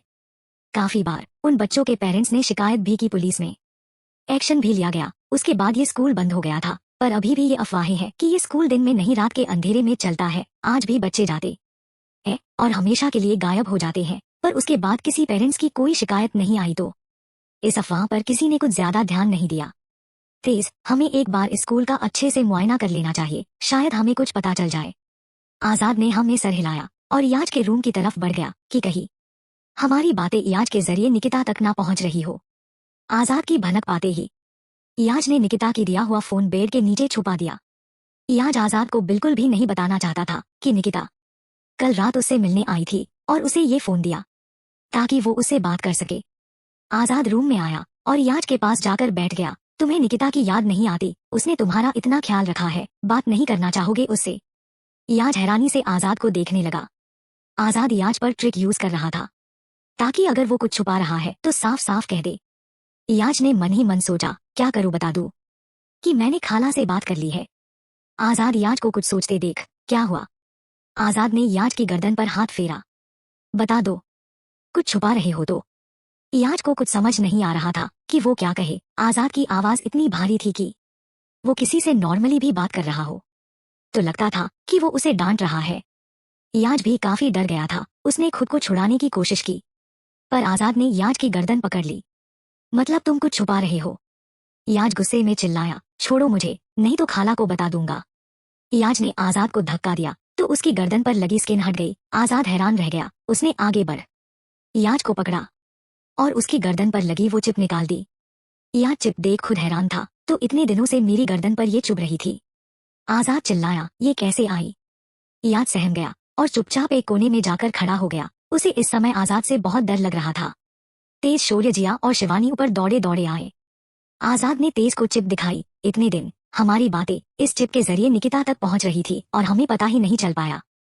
तेज ने उस चिप को उलट पलट कर देखा। जो हुआ वो हो गया। हम नहीं जानते ये चिप सच में निकिता ने लगाया है या नहीं, तो पहले ये मान लेना बेवकूफी होगी। अब हमें ये चिप मिल गई है तो। ये कहते कहते तेज ने वो चिप तोड़ दी। उसी के साथ गाजा के लैपटॉप पर भी एरर आने लगा। गाजा ने मुस्कुराते हुए लैपटॉप बंद कर दिया। अब मुझे इसकी कोई जरूरत नहीं है। तेज ने वो टूटी हुई चिप वही डस्टबिन में फेंकी और याज की तरफ देखते हुए कहा, अपना गुस्सा थोड़ा कम करो। कैप्टन, बच्चे को डरा दिया है तुमने। आजाद ने याज की तरफ देखा और धीरे से उसके पास जाकर घुटनों के बल बैठ गया। याज बिल्कुल दीवार से चिपक चुका था। उसे डर लग रहा था कि कहीं फोन वाली बात बताई तो आजाद फिर से गुस्सा ना हो जाए। आजाद ने याज के कंधे पर हाथ रखा। देखो लिटिल बॉय, मुझे झूठ और धोखा बिल्कुल पसंद नहीं है। ऐसी गलती दोबारा नहीं होनी चाहिए। अगर निकिता तुमसे किसी भी तरह से कांटेक्ट करने की कोशिश करे, सबसे पहले मुझे बताओगे? याज, बता दूं आपको? आजाद, क्या? याज, खाला ने कल मुझे फोन दिया था ताकि मैं उनसे बात कर सकूं। आजाद ने अपना गुस्सा कंट्रोल किया। क्या वो तुमसे हमारे बारे में कुछ पूछती है या तुमने उसे कुछ बताया? याज, नहीं, ऐसा तो कुछ नहीं है। तभी बेड के नीचे से फोन की रिंग सुनाई देने लगी। तेज ने वो फोन निकाला। निकिता का है। आजाद ने उसे इशारे से स्पीकर ऑन करने के लिए कहा और फोन याज को थमा दिया। निकिता, तुमने फोन क्यों काटा? याज, डरते हुए, वो कैप्टन आ गए थे। याज ने तेज के मुंह से आजाद को कैप्टन बोलते हुए सुना था, इसलिए वो भी आजाद को कैप्टन बोलता था। निकिता, ओ, फिर तो पूरी टीम यहाँ होगी। चीख चीख कर सबको इकट्ठा जो कर लिया होगा। आजाद, हाँ, पूरी टीम यहाँ है। निकिता, मैं याज से बात कर रही थी। सर। तेज ने आजाद से फोन ले लिया। याज की गर्दन के पीछे से एक चिप मिली है जिससे हमारी सारी इन्फॉर्मेशन हमारे दुश्मन तक पहुंच सकती थी। क्या ये चिप तुमने लगाई है? निकिता, तोड़ दी होगी पर मैंने नहीं लगाई। सर, क्या आप मुझे अभी भी इस टीम का हिस्सा मानते हैं? तेज, तुम ऐसा सवाल क्यों कर रही हो? हिस्सा? तुम तो हमारी टीम की लीडर हो। हम तुम्हारी टीम का हिस्सा है। अब तुम बताओ, क्या तुम हमें अपनी टीम का हिस्सा मानती हो? सब निकिता के जवाब का इंतजार कर रहे थे। यहाँ तक आजाद भी जानना चाहता था कि निकिता क्या सोच रही है। काफी देर तक दोनों तरफ से खामोशी छाई रही। आजाद, ये हमें अपनी टीम में समझती ही नहीं है, तभी तो इतना सोच रही है। आजाद वही सोफे पर बैठ गया और अपना सर पकड़ लिया। इन कुछ दिनों में टेंशन की वजह से अब उसका सर दर्द कर रहा था। आजाद किसी चीज के बारे में ज्यादा नहीं सोचता था, पर उसे लग रहा था कि दुनिया में जितनी भी परेशानियां हैं सब उसी की वजह से है। उसकी वजह से उसने अपनी टीम को खोया, उसकी वजह से निकिता ने इस टीम को छोड़ा। सब उसी की वजह से था। तेज ने आजाद को देखा। तुम सब भूल क्यों नहीं जाती? कैप्टन सच में बहुत परेशान है। निकिता, सर को इतनी टेंशन लेने के लिए मैंने नहीं कहा था। मैं सब भूल चुकी हूँ।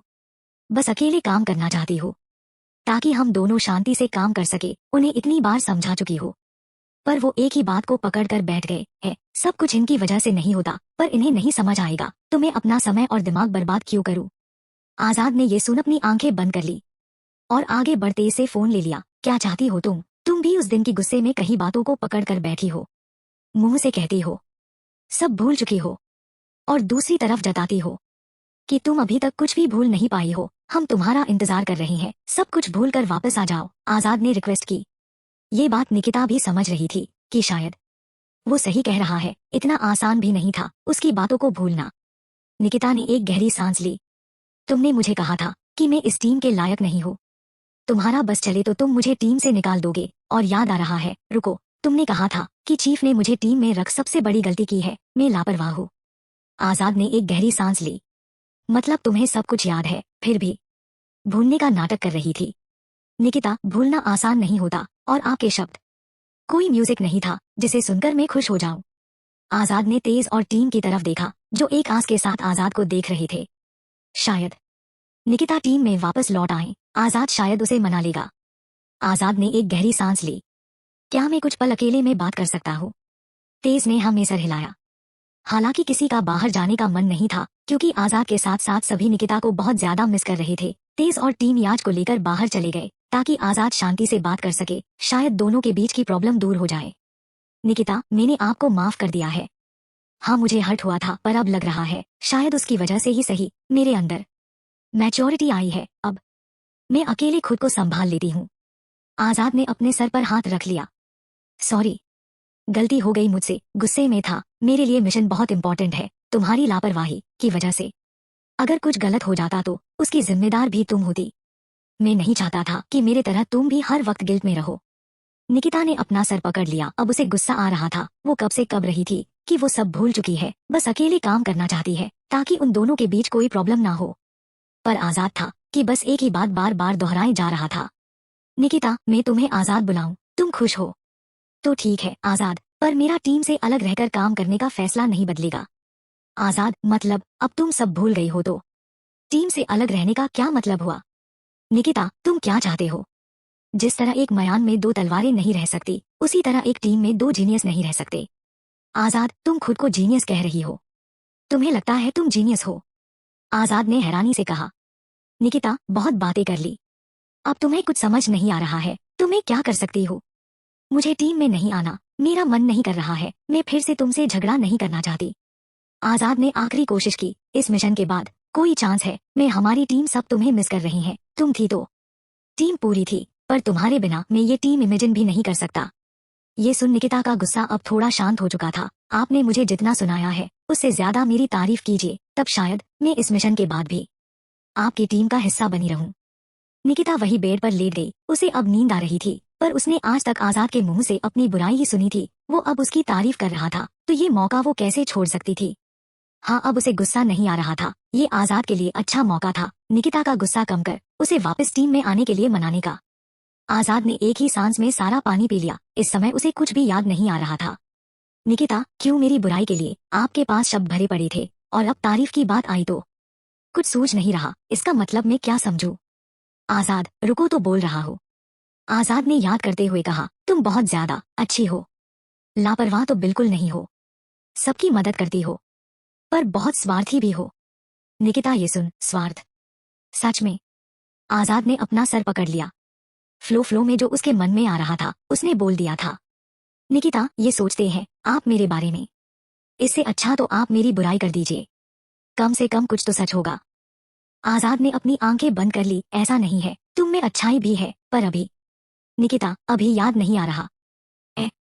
ना, रहने दीजिए सर। निकिता ने फोन कट कर दिया और आराम से आजाद की नींद गायब कर सो गई। आजाद चुपचाप नीचे आया, सबकी नजरें उसी पर थी। तेज, निकिता मान गई क्या? शौर्य, जल्दी बोलो, तुम्हारी चुप्पी बर्दाश्त नहीं हो रही है। शिवानी, निकिता आ रही है ना सर? जिया, क्या बोला निकिता ने? सर बोलिए तो। सब चुप होने का नाम ही नहीं ले रहे थे। आजाद, नहीं आ रही है वो। ये भी मेरी ही गलती है, उसने मुझे खुद की तारीफ करने के लिए कहा, और मैं उस समय इतना नर्वस था कि मुझे कुछ याद ही नहीं आया। मैंने उसे स्वार्थी बोल दिया। अब वो मुझसे कभी बात नहीं करने वाली। सबने अपना सर पीट लिया। तेज, कैप्टन आप तारीफ नहीं कर पाए, कितना आसान तो था। लड़कियां बस तारीफ ही सुनना चाहती है, चाहे वो झूठी ही क्यों ना हो। तुम बस कुछ अच्छे शब्द बोल देते तो तुम्हारा क्या जाता। आजाद, मेजर मुझे कुछ याद ही नहीं आया, तो मैं क्या करूं? आजाद ने फिर से अपना सर पकड़ लिया। तेज, तारीफ भी याद करनी पड़ती है कैप्टन, फिर पता नहीं आपका क्या होगा। आजाद ने दोबारा से निकिता को कॉल लगाया। मेजर तुम्हारी तारीफ करेगा, सुनो अच्छे से। निकिता ने नींद में ही सुना, ठीक है, और फिर अपनी आंखें बंद कर ली। तेज हैरानी से आजाद की तरफ देखने लगा। आजाद ने तेज को फोन पकड़ा दिया।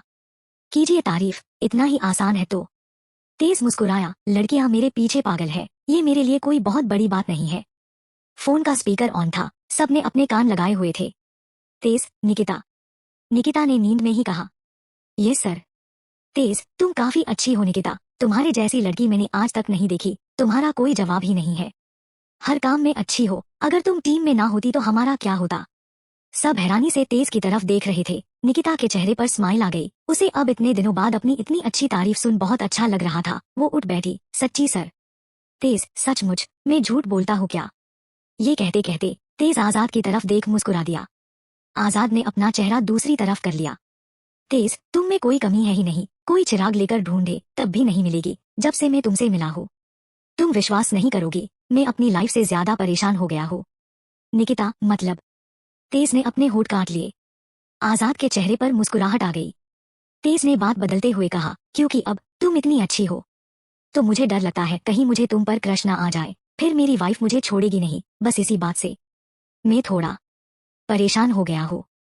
क्या करूँ, तुम हो ही इतनी अच्छी। तेज ने मुस्कुराते हुए कहा।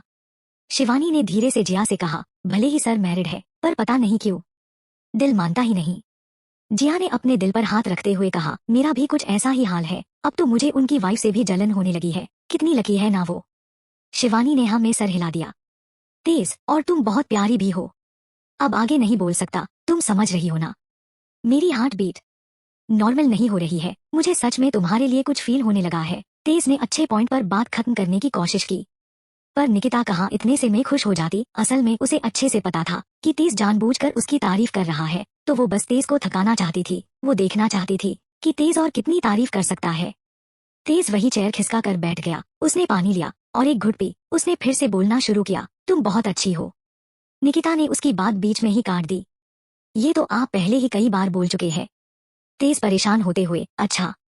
तेज ने अपनी आंखें बंद कर ली। तुम मेरे अंदर के मर्द को ललकार रही हो, ये अच्छा नहीं है। निकिता को कुछ समझ नहीं आया। मतलब? तेज, सच सच बोलता हूँ। तेज ने कुछ याद करते हुए कहा, जब तुम उस दिन पब में डांस कर रही थी तो काफी अच्छी लग रही थी, एकदम हॉट। आजाद को खांसी आ गई। तेज अब अलग ही जोन में चला गया था। शौर्य आजाद के पास आया। आखिरकार तेज सर अपने असली रूप में आ ही गए। अपनी इन्हीं बातों से शिवानी और जिया को फंसाया था। अब निकिता की बारी है। मुझे लगता है निकिता गई। आजाद, ऐसा कुछ नहीं होने वाला। शिवानी और जिया को तो मेजर का कुल नेचर अच्छा लगा था। फ्लर्टिंग से इम्प्रेस नहीं हुई थी दोनों। निकिता भी नहीं होगी। तेज, तुम्हारे बिना टीम में मन नहीं लगता, कब आ रही हो? निकिता, क्यों सर? तेज, यार तुम हो ही इतनी क्यूट, इतनी सुंदर कि तुम्हें देखे बिना ना तो मेरी सुबह होती है और ना ही रात। तेज धीरे धीरे पानी को ऊपर नीचे कर देखने लगा। वो पानी को इतनी दिलकश नजरों से देख रहा था कि क्या कहे। एक तो वो ऐसे ही बहुत हैंडसम है, ऊपर से इनकी स्माइल कातिलाना। कोई लड़की कैसे ना इन पर मर मिटे। निकिता के पास अब कुछ बोलने के लिए रह ही नहीं गया था। उसने किसी तरह खुद को संभाला और अपनी शक्ल पर पानी के छींटे मारने लगी ताकि तेज के मोहपाश से खुद को बचा सके। तेज, तू कब आ रही हो मेरी दिन और रात संवारने? तेज ने एक घुट पानी पिया और फिर से पानी के साथ खेलने लगा। निकिता ने फोन को थोड़ा दूर रख दिया। उसके हाथ कांप रहे थे। ये सर को क्या हो गया है, ये नहीं थकने वाले? निकिता ने कुछ बोलने के लिए फोन उठाया, पर आगे के शब्दों के आगे वो कुछ बोल ही नहीं पाई। तेज, तुम्हारी टीम से ज्यादा मैं तुम्हारा इंतजार कर रहा हूँ। मेरे मरने से पहले आ जाओ, नहीं तो शायद मेरी लाश देखने को मिले। दिल तड़प रहा है, कभी भी हार्ट अटैक आ सकता है। तुम्हारी आंखों का दीदार करना है, तुम्हारे होठों। वो आगे कुछ बोलता इससे पहले तेज ने फोन छीन लिया। तुम्हें ये मिशन अकेले संभालना था ना, तो संभालो, पर फिर कभी तारीफ के लिए मत कहना। इतना कह उसने कॉल कट कर दिया। तेज अपना सर लटका मुस्कुरा दिया। निकिता ने चैन की सांस ली। उसकी हार्ट बीट बढ़ गई थी। अब पता चला जिया और शिवानी क्यों तेज सर के पीछे इतनी दीवानी क्यों हो रही थी। अगर आजाद ने फोन ना कट किया होता तो मेरा हार्ट किसी काम का नहीं रहता। निकिता ने अपनी आंखें बंद कर ली। अब उसका माइंड बिल्कुल फ्रेश होकर गहरी नींद में जा चुका था। शिवानी और जिया की शक्ल इस समय देखने लायक थी। बेचारी, उनका बस चलता तो अभी तेज की शर्ट पकड़ रोती। तुमने हमारे साथ ऐसा क्यों किया? बस सबके सामने अपने जज्बातों को काबू किए हुए थी। आजाद, मेजर आपका ये रूप मुझे पहले भी पसंद नहीं था और अब भी नहीं है। मैंने आपको रोका नहीं होता तो आप तो अपनी सारी हदें पार कर देते। तेज बस मुस्कुरा रहा था, जैसे उसके लिए ये कोई नई बात ना हो। शौर्य, मेरे पास अगर आपकी वाइफ का नंबर होता तो मैं उन्हें कॉल कर सब बताता, अच्छे से खबर लेती वो आपकी। तेज मुस्कुराया, मैं उससे बहुत प्यार करता हूँ। वो शक्ल से ही नहीं दिल से भी बहुत सुंदर है। ये तारीफ, हाँ, जब तारीफ से काम ना चला तो थोड़ी फ्लर्टिंग की मैंने निकिता के साथ, बट बिना किसी भाव के साथ की। प्यार तो मैं सिर्फ अपनी मीरा से करता हूँ। काश मैं कुछ और साल में अपनी बेटी कृषा और उसके साथ बिता पाता। ये कहते कहते उसकी आंखें नम पड़ गई, पर चेहरे पर मुस्कान अभी भी थी। आजाद और शौर्य को ये देख बहुत बुरा लगा। मेजर, आपको कुछ नहीं होगा, आजाद ने फिक्र और चिंता की भाव के साथ कहा। तेज एक स्माइल के साथ खड़ा हुआ और शौर्य और आजाद को गले से लगा लिया। मरना तो मुझे है ही, आज नहीं तो कुछ साल बाद। कभी नहीं सोचा था मेरी लाइफ, अब तो सोने से भी डर लगने लगा है, क्या पता सुबह होना हो। तेज की आंखों में आंसू आ गए। तेज अपने आंसू पोंछते हुए अपने कमरे की तरफ बढ़ गया। सबकी आंखें नम हो चुकी थी, पर कल फिर एक बार खतरों से खेलना था, इसलिए खुद को कड़ा कर अपने अपने कमरे की तरफ बढ़ गए। आजाद ने सोफे पर आराम से सोते हुए याज को उठाया और वो अपने कमरे में की तरफ बढ़ गया। आजाद ने याज की तरफ देखा और उसके सर पर हाथ फेरा। पता नहीं मैं इतना गुस्सा क्यों करता हूँ। शायद पिछले 5-6 सालों से मैं बिना किसी ब्रेक के मिशन पर हूँ। शायद इसलिए अगर जिंदा बचा तो कोलकाता जाऊंगा। मेरे मॉम डैड, कितने साल हो गए मैंने उन्हें देखा नहीं, बात किए भी कितना समय हो गया है। वो अब भी मेरा इंतजार कर रहे होंगे। इतने साल बीत गए हैं, कहीं नाराज तो नहीं होंगे मुझसे। अगर यहाँ मुझे कुछ हो गया तो फिर मैं कभी अपने मॉम डैड से नहीं मिल पाऊंगा। आजाद ने अपनी नम आंखों को बंद कर लिया। जिया तो अभी भी नींद में अपने मम्मी के पराठों को याद कर रही थी, जो वो उसे हर रोज उसके मना करने के बाद भी एक एक्स्ट्रा उसकी प्लेट में रख दिया करती थी। पर अब जब उसके पास चांस नहीं था तो वही पराठे उसे याद आ रहे थे। अचानक ही कुछ सोच वो उठ बैठी। 5 साल हो गए हैं मम्मी के पराठे नहीं खाए, मैं उनके पास लौट भी पाऊंगी या नहीं। एक बार के लिए मन में आया कि कॉल कर लूं, पर सेफ्टी रीजन की वजह से फोन की तरफ बढ़ते हाथ अपने आप ही पीछे हो गए। जिया वही रोने लगी। शिवानी की माँ तो बचपन से ही नहीं थी, जो था उसका बड़ा भाई और उसके पापा ही थे। डैड को जब हार्ट अटैक आया वो चाहकर भी उनके पास ना जा सकी। इसकी वजह से उसके भैया उससे बेहद नाराज थे, पर किसी तरह उसके पापा की जान बच गई थी। कभी कभी शिवानी की उनसे बात होती थी। उनका हमेशा एक ही सवाल होता था, आंखें तरस गई है तुझे देखने को, कब। शिवानी की माँ तो बचपन से ही नहीं थी, जो था उसका बड़ा भाई और उसके पापा ही थे।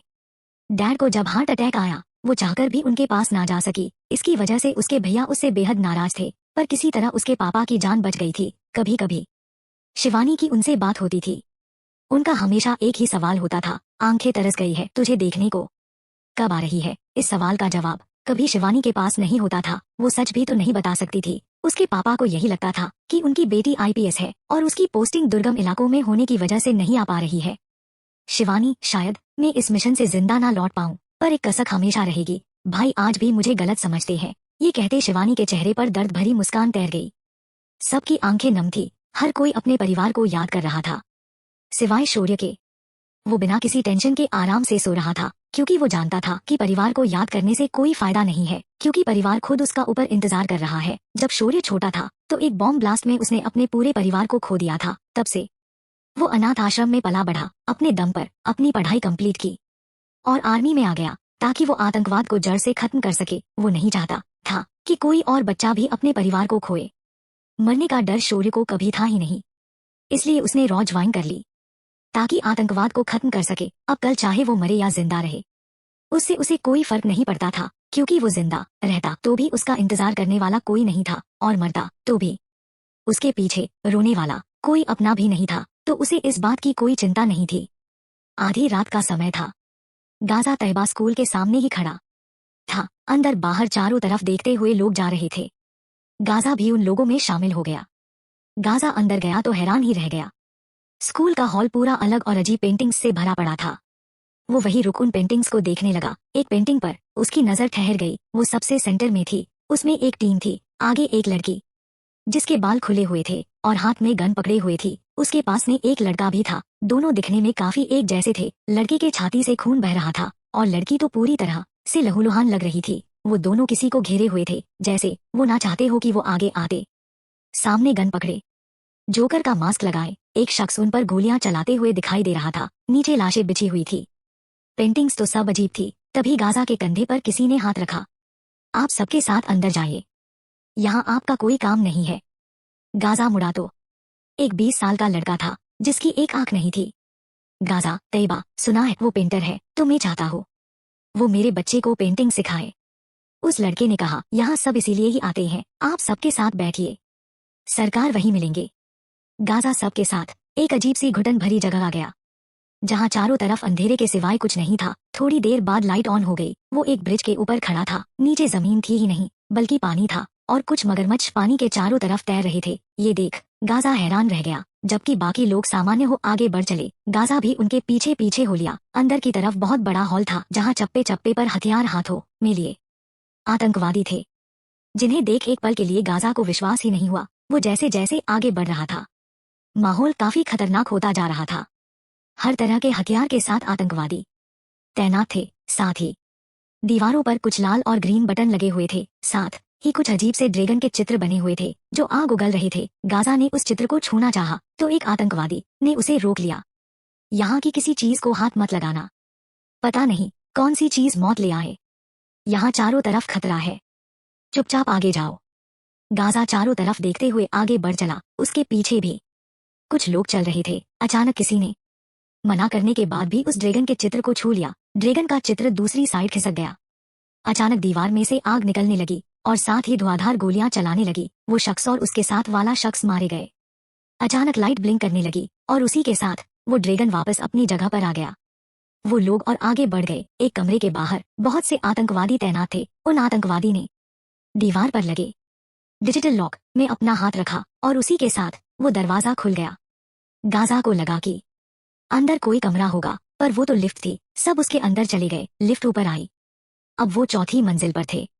चौथी मंजिल पर पहली 3 मंजिलों से ज्यादा आतंकवादी थे। सामने एक बड़ा सा हॉल। कुछ आतंकवादियों ने किसी शख्स को चारों तरफ से घेर रखा था। वो आतंकवादी सामने से पलट गए। सामने एक शख्स अपनी पीठ फेर बैठा था। उसके हाथ में पेंटिंग ब्रश थे और वो इतना पेंटिंग बनाने में मग्न था कि उसे अपने आसपास लोगों के होने के बारे में अंदाजा ही नहीं था। तभी किसी ने हिम्मत कर उसके कंधे पर हाथ रखा। अगले ही पल उस शख्स ने उसी पेंटिंग ब्रश के एक बटन को दबाया। सामने चाकू निकल आया। वो आतंकवादी भागता।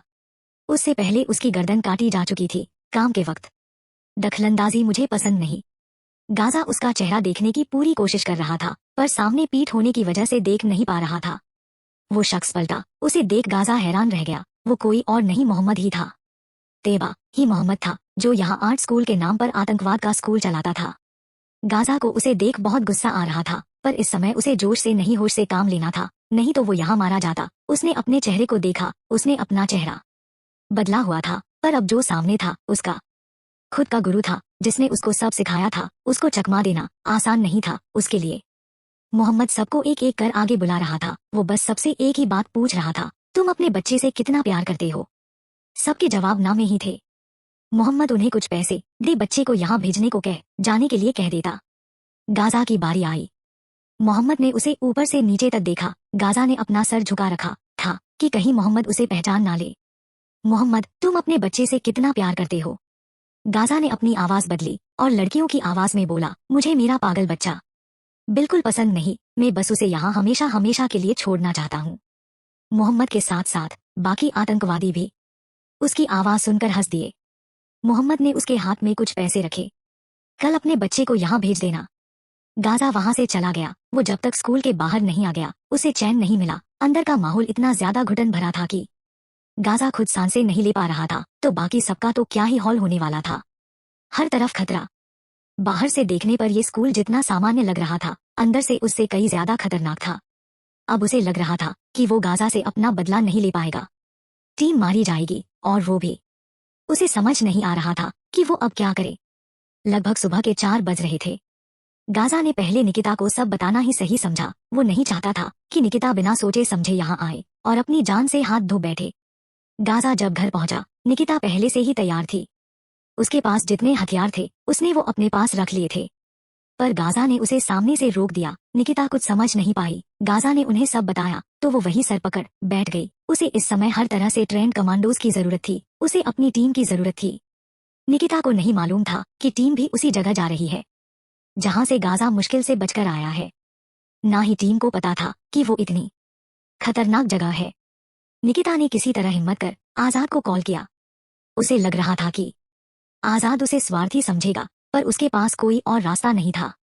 आजाद ने फोन नहीं उठाया क्योंकि इस समय पूरी टीम उस स्कूल की जांच के लिए निकल चुकी थी, ताकि तेबा आर्ट स्कूल की सारी सच्चाई उसके सामने आ जाए। निकिता ने आजाद को मैसेज किया मिलने के लिए। साथ ही पूरी टीम को भी उसने एड्रेस भी भेज दिया। ताकि जल्द से जल्द टीम उस तक पहुंच सके। कुछ देर बाद आजाद और सब उसी स्कूल के बाहर खड़े थे। बाहर से देखने पर वो स्कूल बंद लग रहा था। किसी को भी एहसास नहीं था ये स्कूल बाहर से जितना शांत दिख रहा है अंदर से उतना ही खतरनाक था। तभी तेज का ध्यान अपने फोन पर गया। वहां निकिता का मैसेज आया हुआ देख पढ़ने लगा। उसने वो मैसेज आजाद को भी दिखाया। मुझे मेरी टीम की जरूरत है। मोहम्मद के बारे में एक बहुत जरूरी बात बतानी है। जल्दी से जल्दी इस एड्रेस पर आ जाओ। नीचे एड्रेस लिखा हुआ था।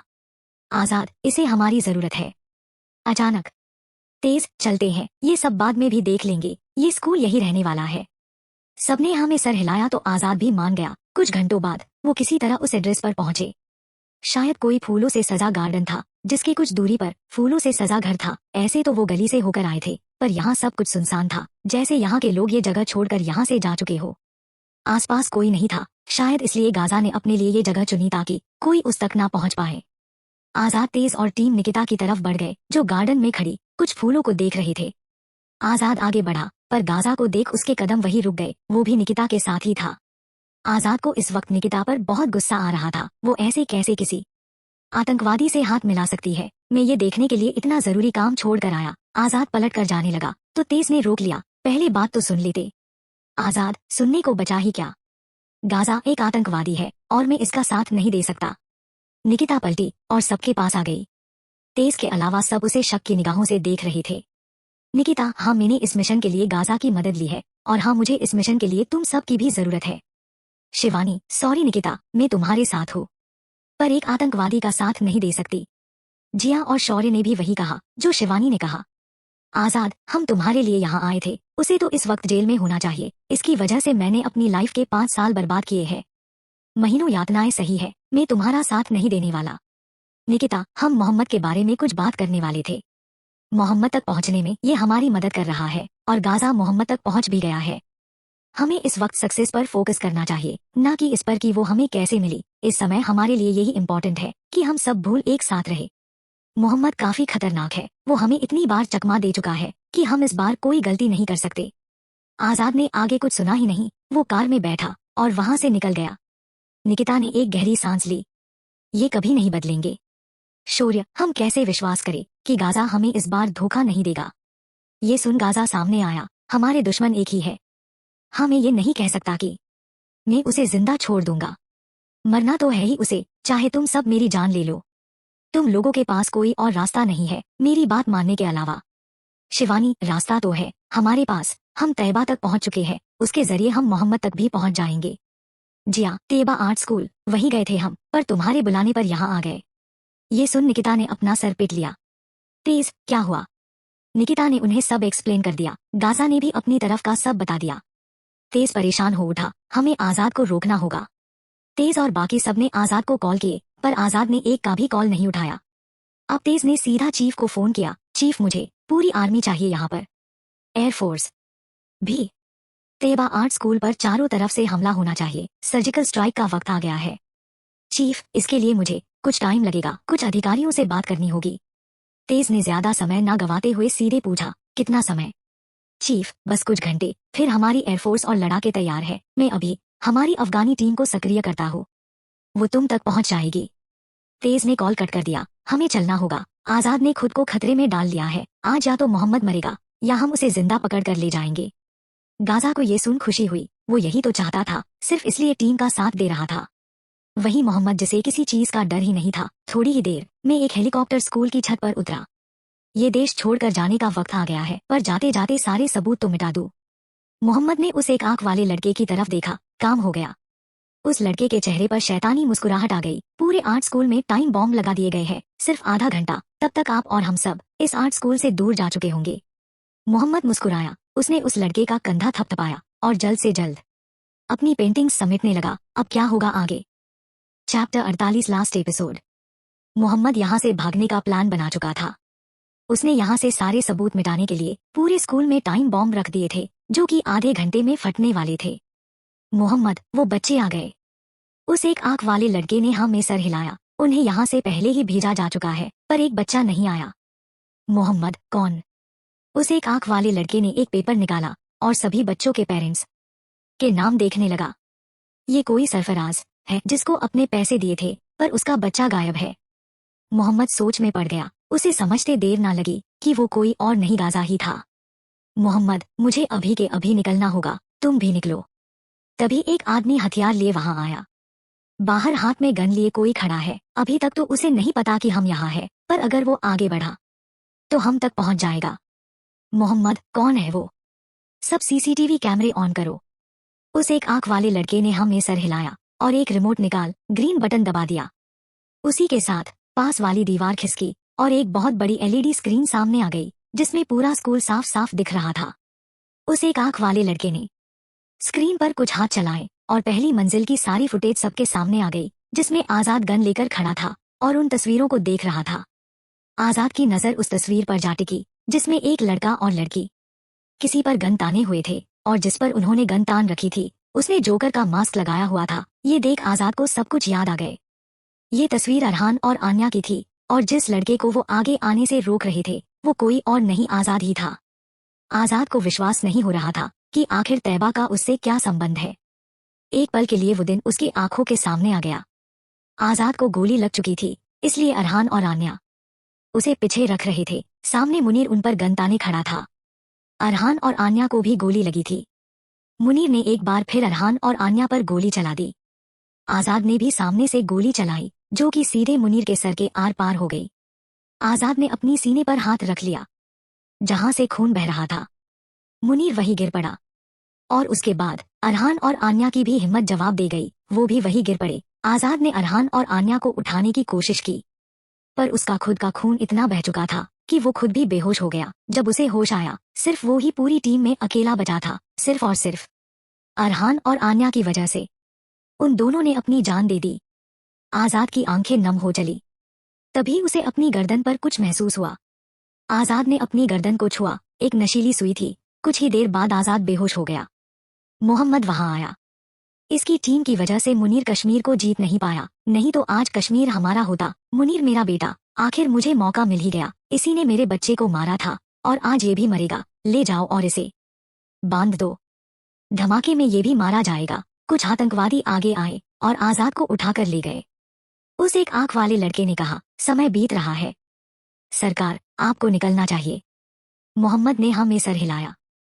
मोहम्मद वहां से सीधा स्कूल के रूफ टॉप पर गया जहां हेलीकॉप्टर उसका वेट कर रहा था। तभी किसी ने उस हेलीकॉप्टर के ऊपर ग्रेनेड फेंक दिया। एक बहुत बड़ा धमाका हुआ। वो हेलीकॉप्टर जलने लगा। मोहम्मद थोड़ा दूर जाकर गिरा। उसने खुद को किसी तरह संभाल लिया। रेड बटन ऑन करो, एक भी बचकर जिंदा नहीं जाना चाहिए। वो ग्रेनेड निकिता ने ही फेंका था। आतंकवादी गन लेकर बाहर आ गए। चारों तरफ से गोलीबारी शुरू हो गई। निकिता और उसकी टीम बहादुरी से लड़ रही थी। निकिता ने सिपाहियों को पीछे से हमला करने के लिए कहा। वो सिपाही दूसरी तरफ बढ़ गए। तेज, आजाद अंदर है, वो खतरे में है, हमें उसे किसी भी हालत में बचाना होगा। निकिता, कैसे? शौर्य, हम में से किसी एक को खुद को खतरे में डाल अंदर जाना होगा और ये मैं करूंगा। शिवानी, तुम अकेले नहीं जाओगे, मैं भी साथ चलूंगी।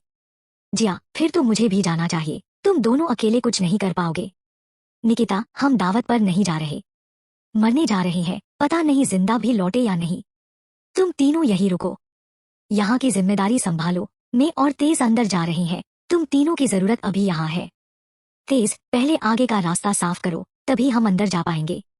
निकिता, हम आगे के रास्ते से नहीं जाएंगे। शौर्य, पीछे के रास्ते से हमारी टीम अंदर जाने की कोशिश कर रही है, हम पीछे के रास्ते से नहीं जा सकते। वो सब यहाँ बहस कर ही रहे थे कि गाजा ने एक रस्सी खुद से बांध छत की तरफ चढ़ना शुरू कर दिया था। वो बस मोहम्मद तक पहुंचना चाहता था। निकिता की नजर उस तरफ गई। रास्ता बना लिया गया है, अब हमें अपने रास्ते पर चलना चाहिए। इतना कह उसने मशीन गन ली और लगातार गोलियां चलाते हुए आगे बढ़ने लगी। शौर्य, जिया और शिवानी ने भी ऐसा ही किया। तेज ने आगे ग्रेनेड जितने मर रहे थे उससे ज्यादा और आ रहे थे। दूसरी तरफ पीछे के रास्ते से टीम अंदर घुसने की पूरी कोशिश में लगी थी, जिसे डॉक्टर ऊर्जा लीड कर रहे थे। आखिर में वो अंदर घुसने में कामयाब हो गई, पर जैसे ही सिपाही आगे बढ़े दीवारों पर बने ड्रैगन थोड़ा पीछे खिसक गए और आग बरसाने लगे। साथ ही दीवारों से धुआंधार गोलियां चलने लगी। कुछ सिपाही वहीं मारे गए। ये देख ऊर्जा वहीं रुक गया।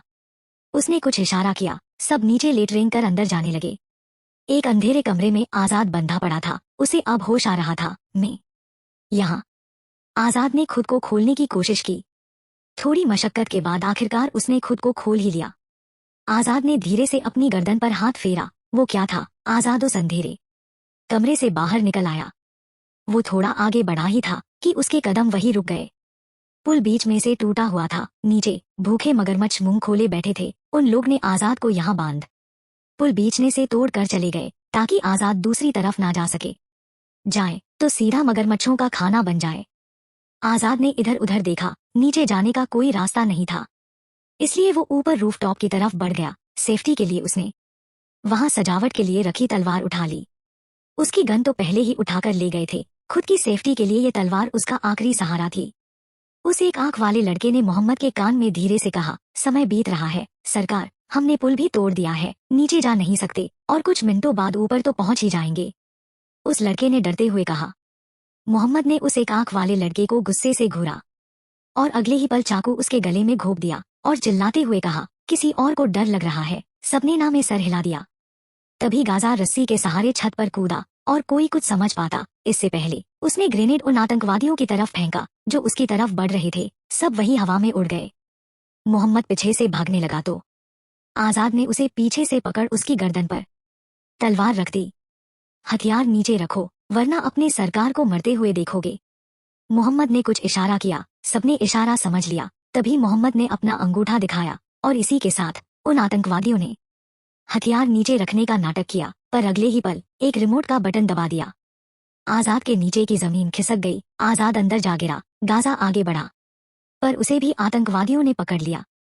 आजाद नीचे हॉल में गिरा था, जिसके चारों तरफ ना तो कोई खिड़की थी और ना ही कोई दरवाजा, थी तो सिर्फ दीवारें। हाँ सीढ़ियां थी, पर सीढ़ियां भी उसे उसी तरफ ले जाती जहां पुल टूटा हुआ था। उसके हाथ और सर पर चोट लगी। निकिता और टीम किसी तरह स्कूल के अंदर आ गई और सीधे आतंकवादियों को मारते हुए आगे बढ़ रही थी। ऊर्जा अपनी टीम के साथ उसी जगह पहुंच गया था जहां पुल था, पर वो टूटा हुआ था। तभी पीछे से आतंकवादियों ने उन पर हमला कर दिया। कुछ सिपाही वही पानी में गिर मगरमच्छों का शिकार बन गए। ऊर्जा ने उन पर गोली चलाई, पर उन्हें भी गोली लग गई। डॉक्टर ऊर्जा वही गिर पड़े। एक एक कर उनकी टीम भी मारी गई। तभी उन आतंकवादियों पर ग्रेनेड से हमला हुआ। धमाके के साथ वो भी उसी पानी में जा गिरे और मगरमच्छों का शिकार बन गए। तेज, अब आगे कैसे जाए? निकिता ने आगे आते हुए कहा, अपने अपने बेल्ट दो मुझे।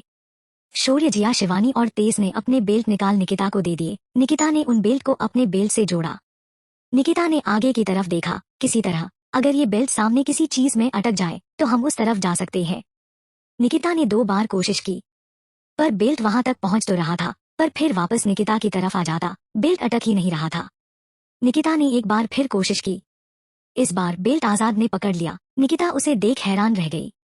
आजाद ने बेल्ट को वही एक खंभे से बांध पकड़ लिया।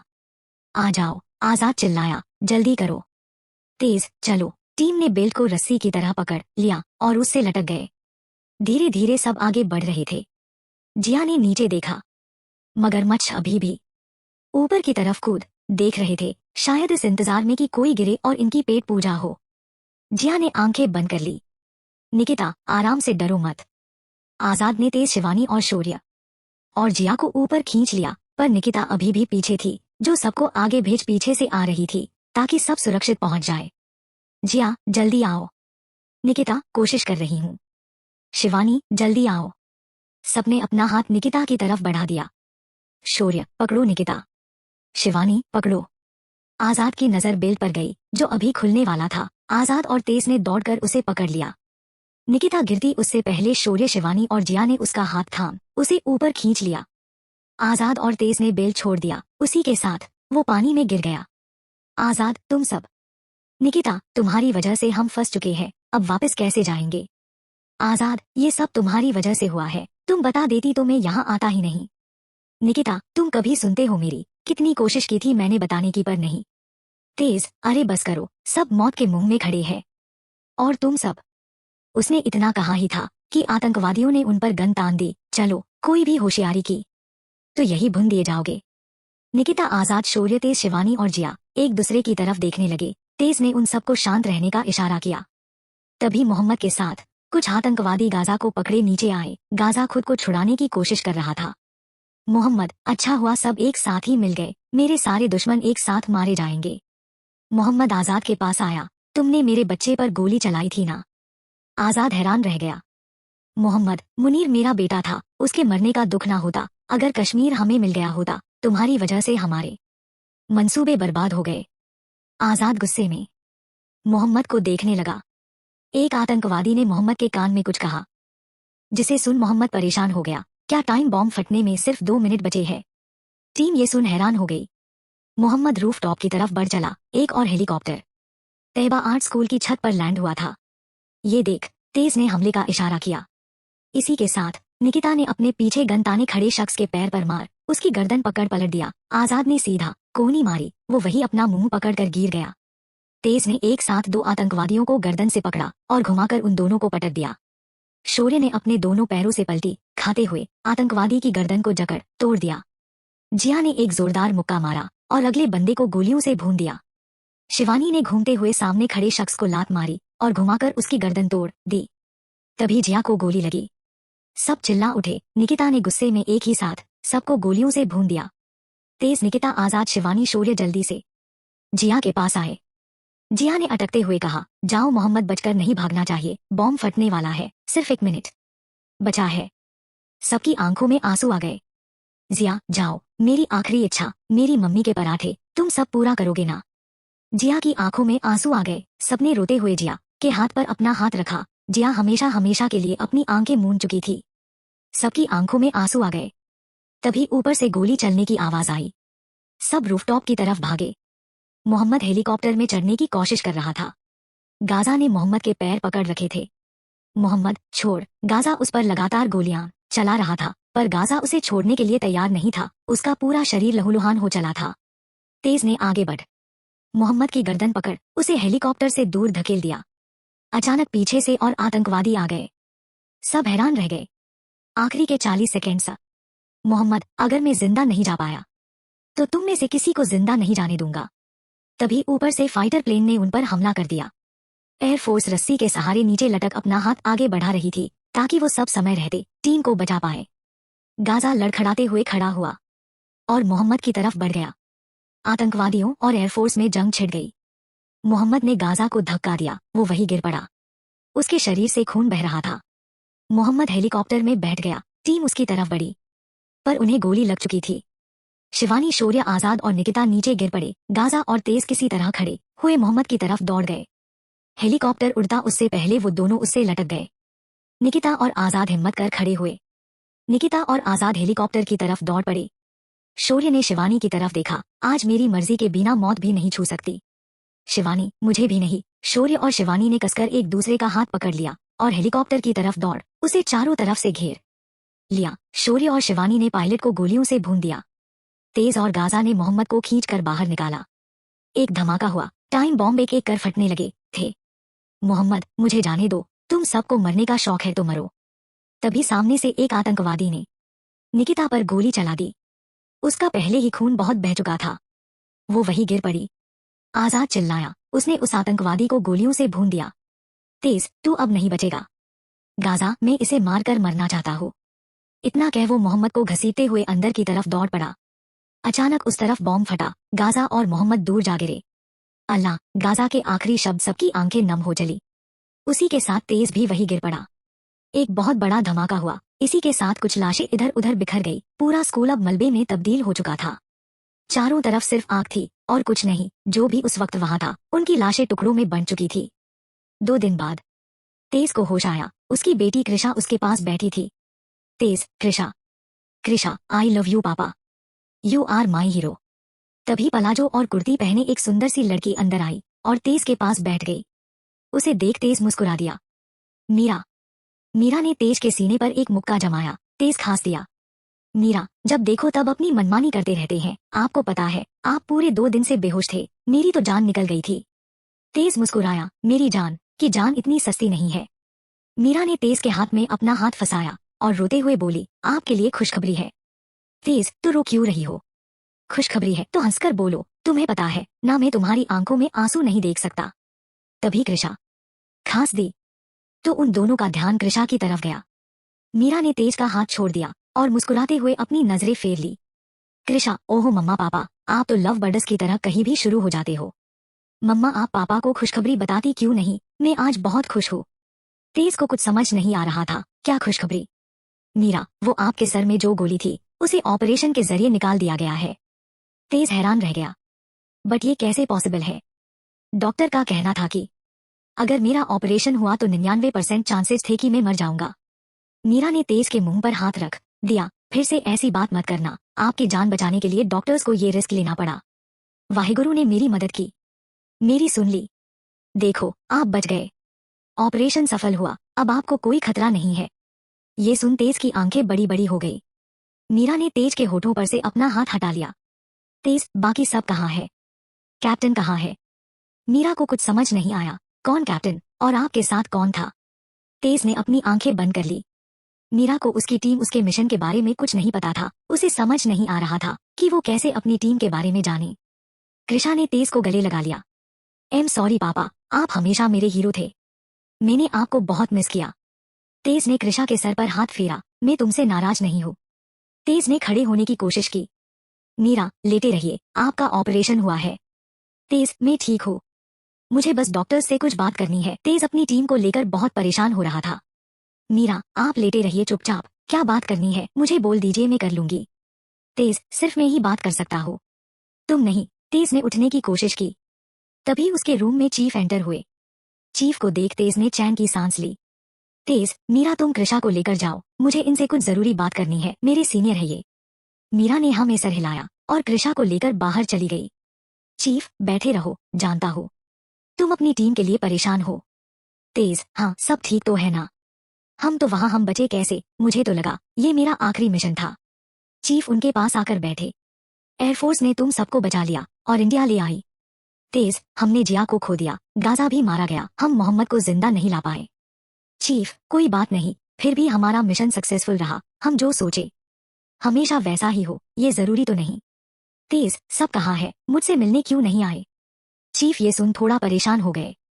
तेज ने ये देखा तो उसके मन में भी बुरे बुरे ख्याल आने लगे। सब कहाँ है? सब ठीक है, पर निकिता। तेज ने खड़े होने की कोशिश की। चीफ ने उसे वापस लिटा दिया। निकिता? क्या चीफ, क्या हुआ उसे? चीफ, उसे अभी तक होश नहीं आया है। उसके पेरेंट्स निकिता को अपने साथ ले जा चुके हैं। डॉक्टर्स का कहना है कि निकिता का बहुत ज्यादा ब्लड लॉस हुआ था। वो अभी तक पहले लगी गोलियों से रिकवर नहीं हुई थी। उसे फिर से गोली लगी। ये उसके लिए बहुत खतरनाक था। अब जब तक निकिता को होश नहीं आ जाता हम कुछ नहीं कह सकते।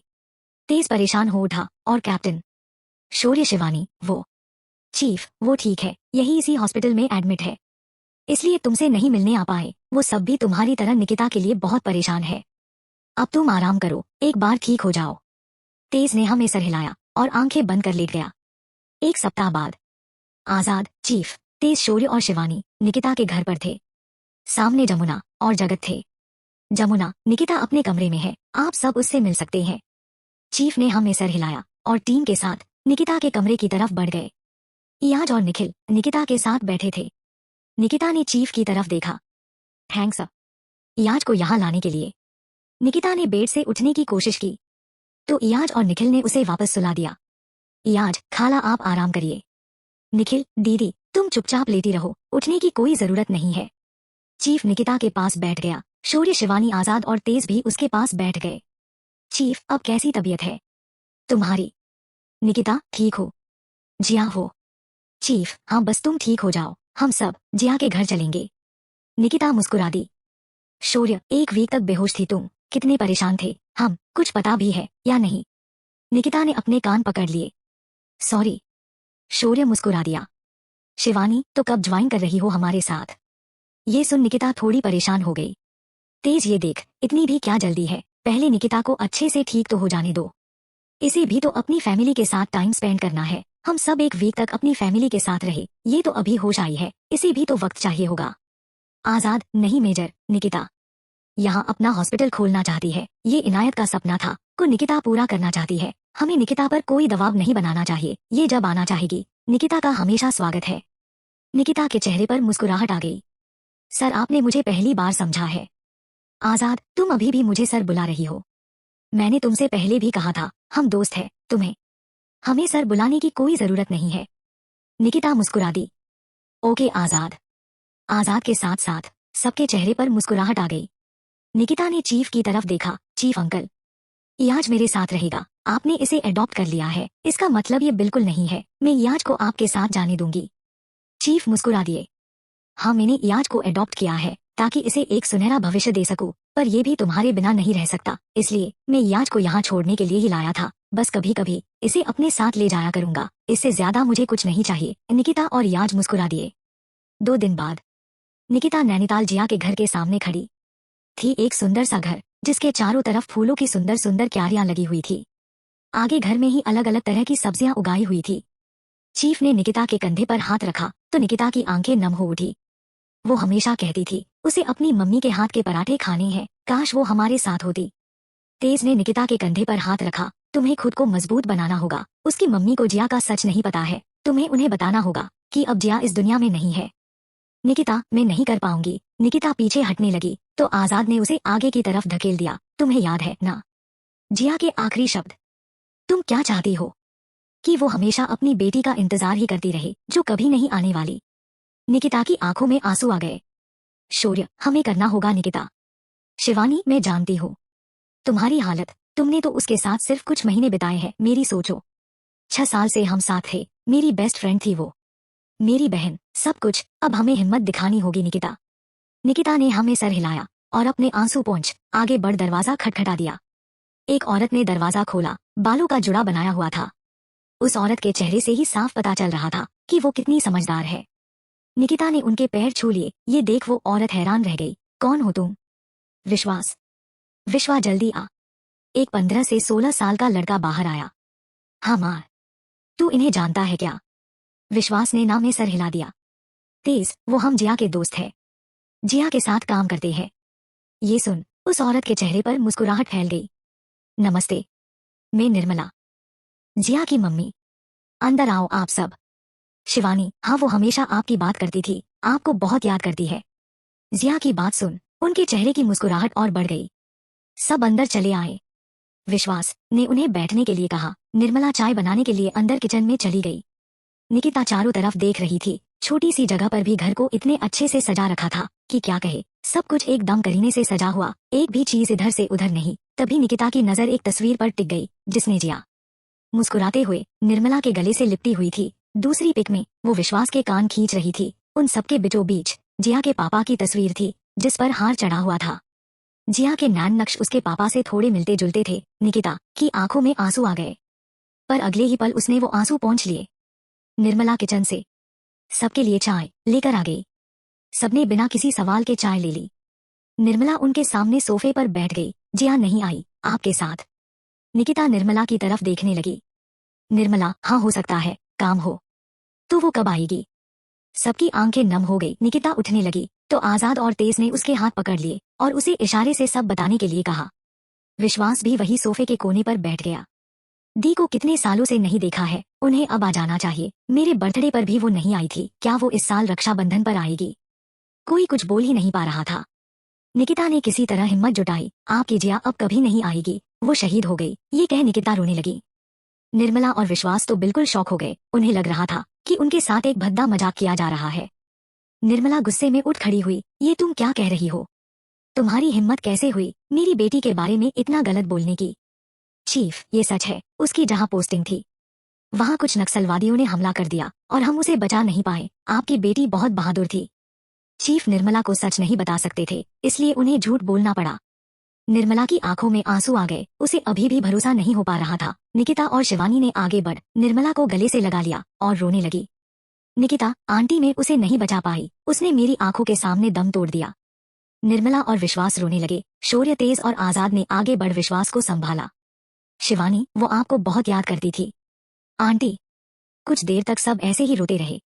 निर्मला तो खुद को संभाल ही नहीं पा रही थी, पर निकिता और शिवानी ने मिलकर उसे संभाल लिया। निकिता ने निर्मला के आंसू पोंछे। आपको अपनी बेटी पर गर्व होना चाहिए। निर्मला ने हमें सर हिलाया। तुम सही कह रही हो, मुझे गर्व है जिया पर। निकिता और शिवानी मुस्कुरा दी। हमें भी। निकिता, आंटी, जिया हमेशा आपके पराठों की तारीफ करती थी, उसकी आखिरी इच्छा भी यही थी। पर आगे बोलते बोलते निकिता का गला रूठ गया। तेज ने उसके कंधे पर हाथ रखा। निकिता ने खुद को संभाला और मुस्कुराते हुए कहा, आप हमें अपने पराठे नहीं खिलाएगी, हम सिर्फ आपके पराठे खाने आए हैं यहाँ। जिया के मुंह से आपके पराठे की तारीफ सुन सुनकर हमारे मुंह में भी अब पानी आने लगा है। ये सुन निर्मला मुस्कुरा दी। क्यों नहीं, अभी बनाकर लाती हो। निर्मला अपने आंसू पोंछ किचन की तरफ बढ़ गई। थोड़ी देर बाद सब डाइनिंग टेबल पर बैठे थे और मजे से पराठे खा रहे थे। तेज, इतने अच्छे पराठे तो मेरी बीवी भी नहीं बनाती। वाओ, मजा आ गया। शौर्य, तो मीरा मैम को कॉल करूँ सर?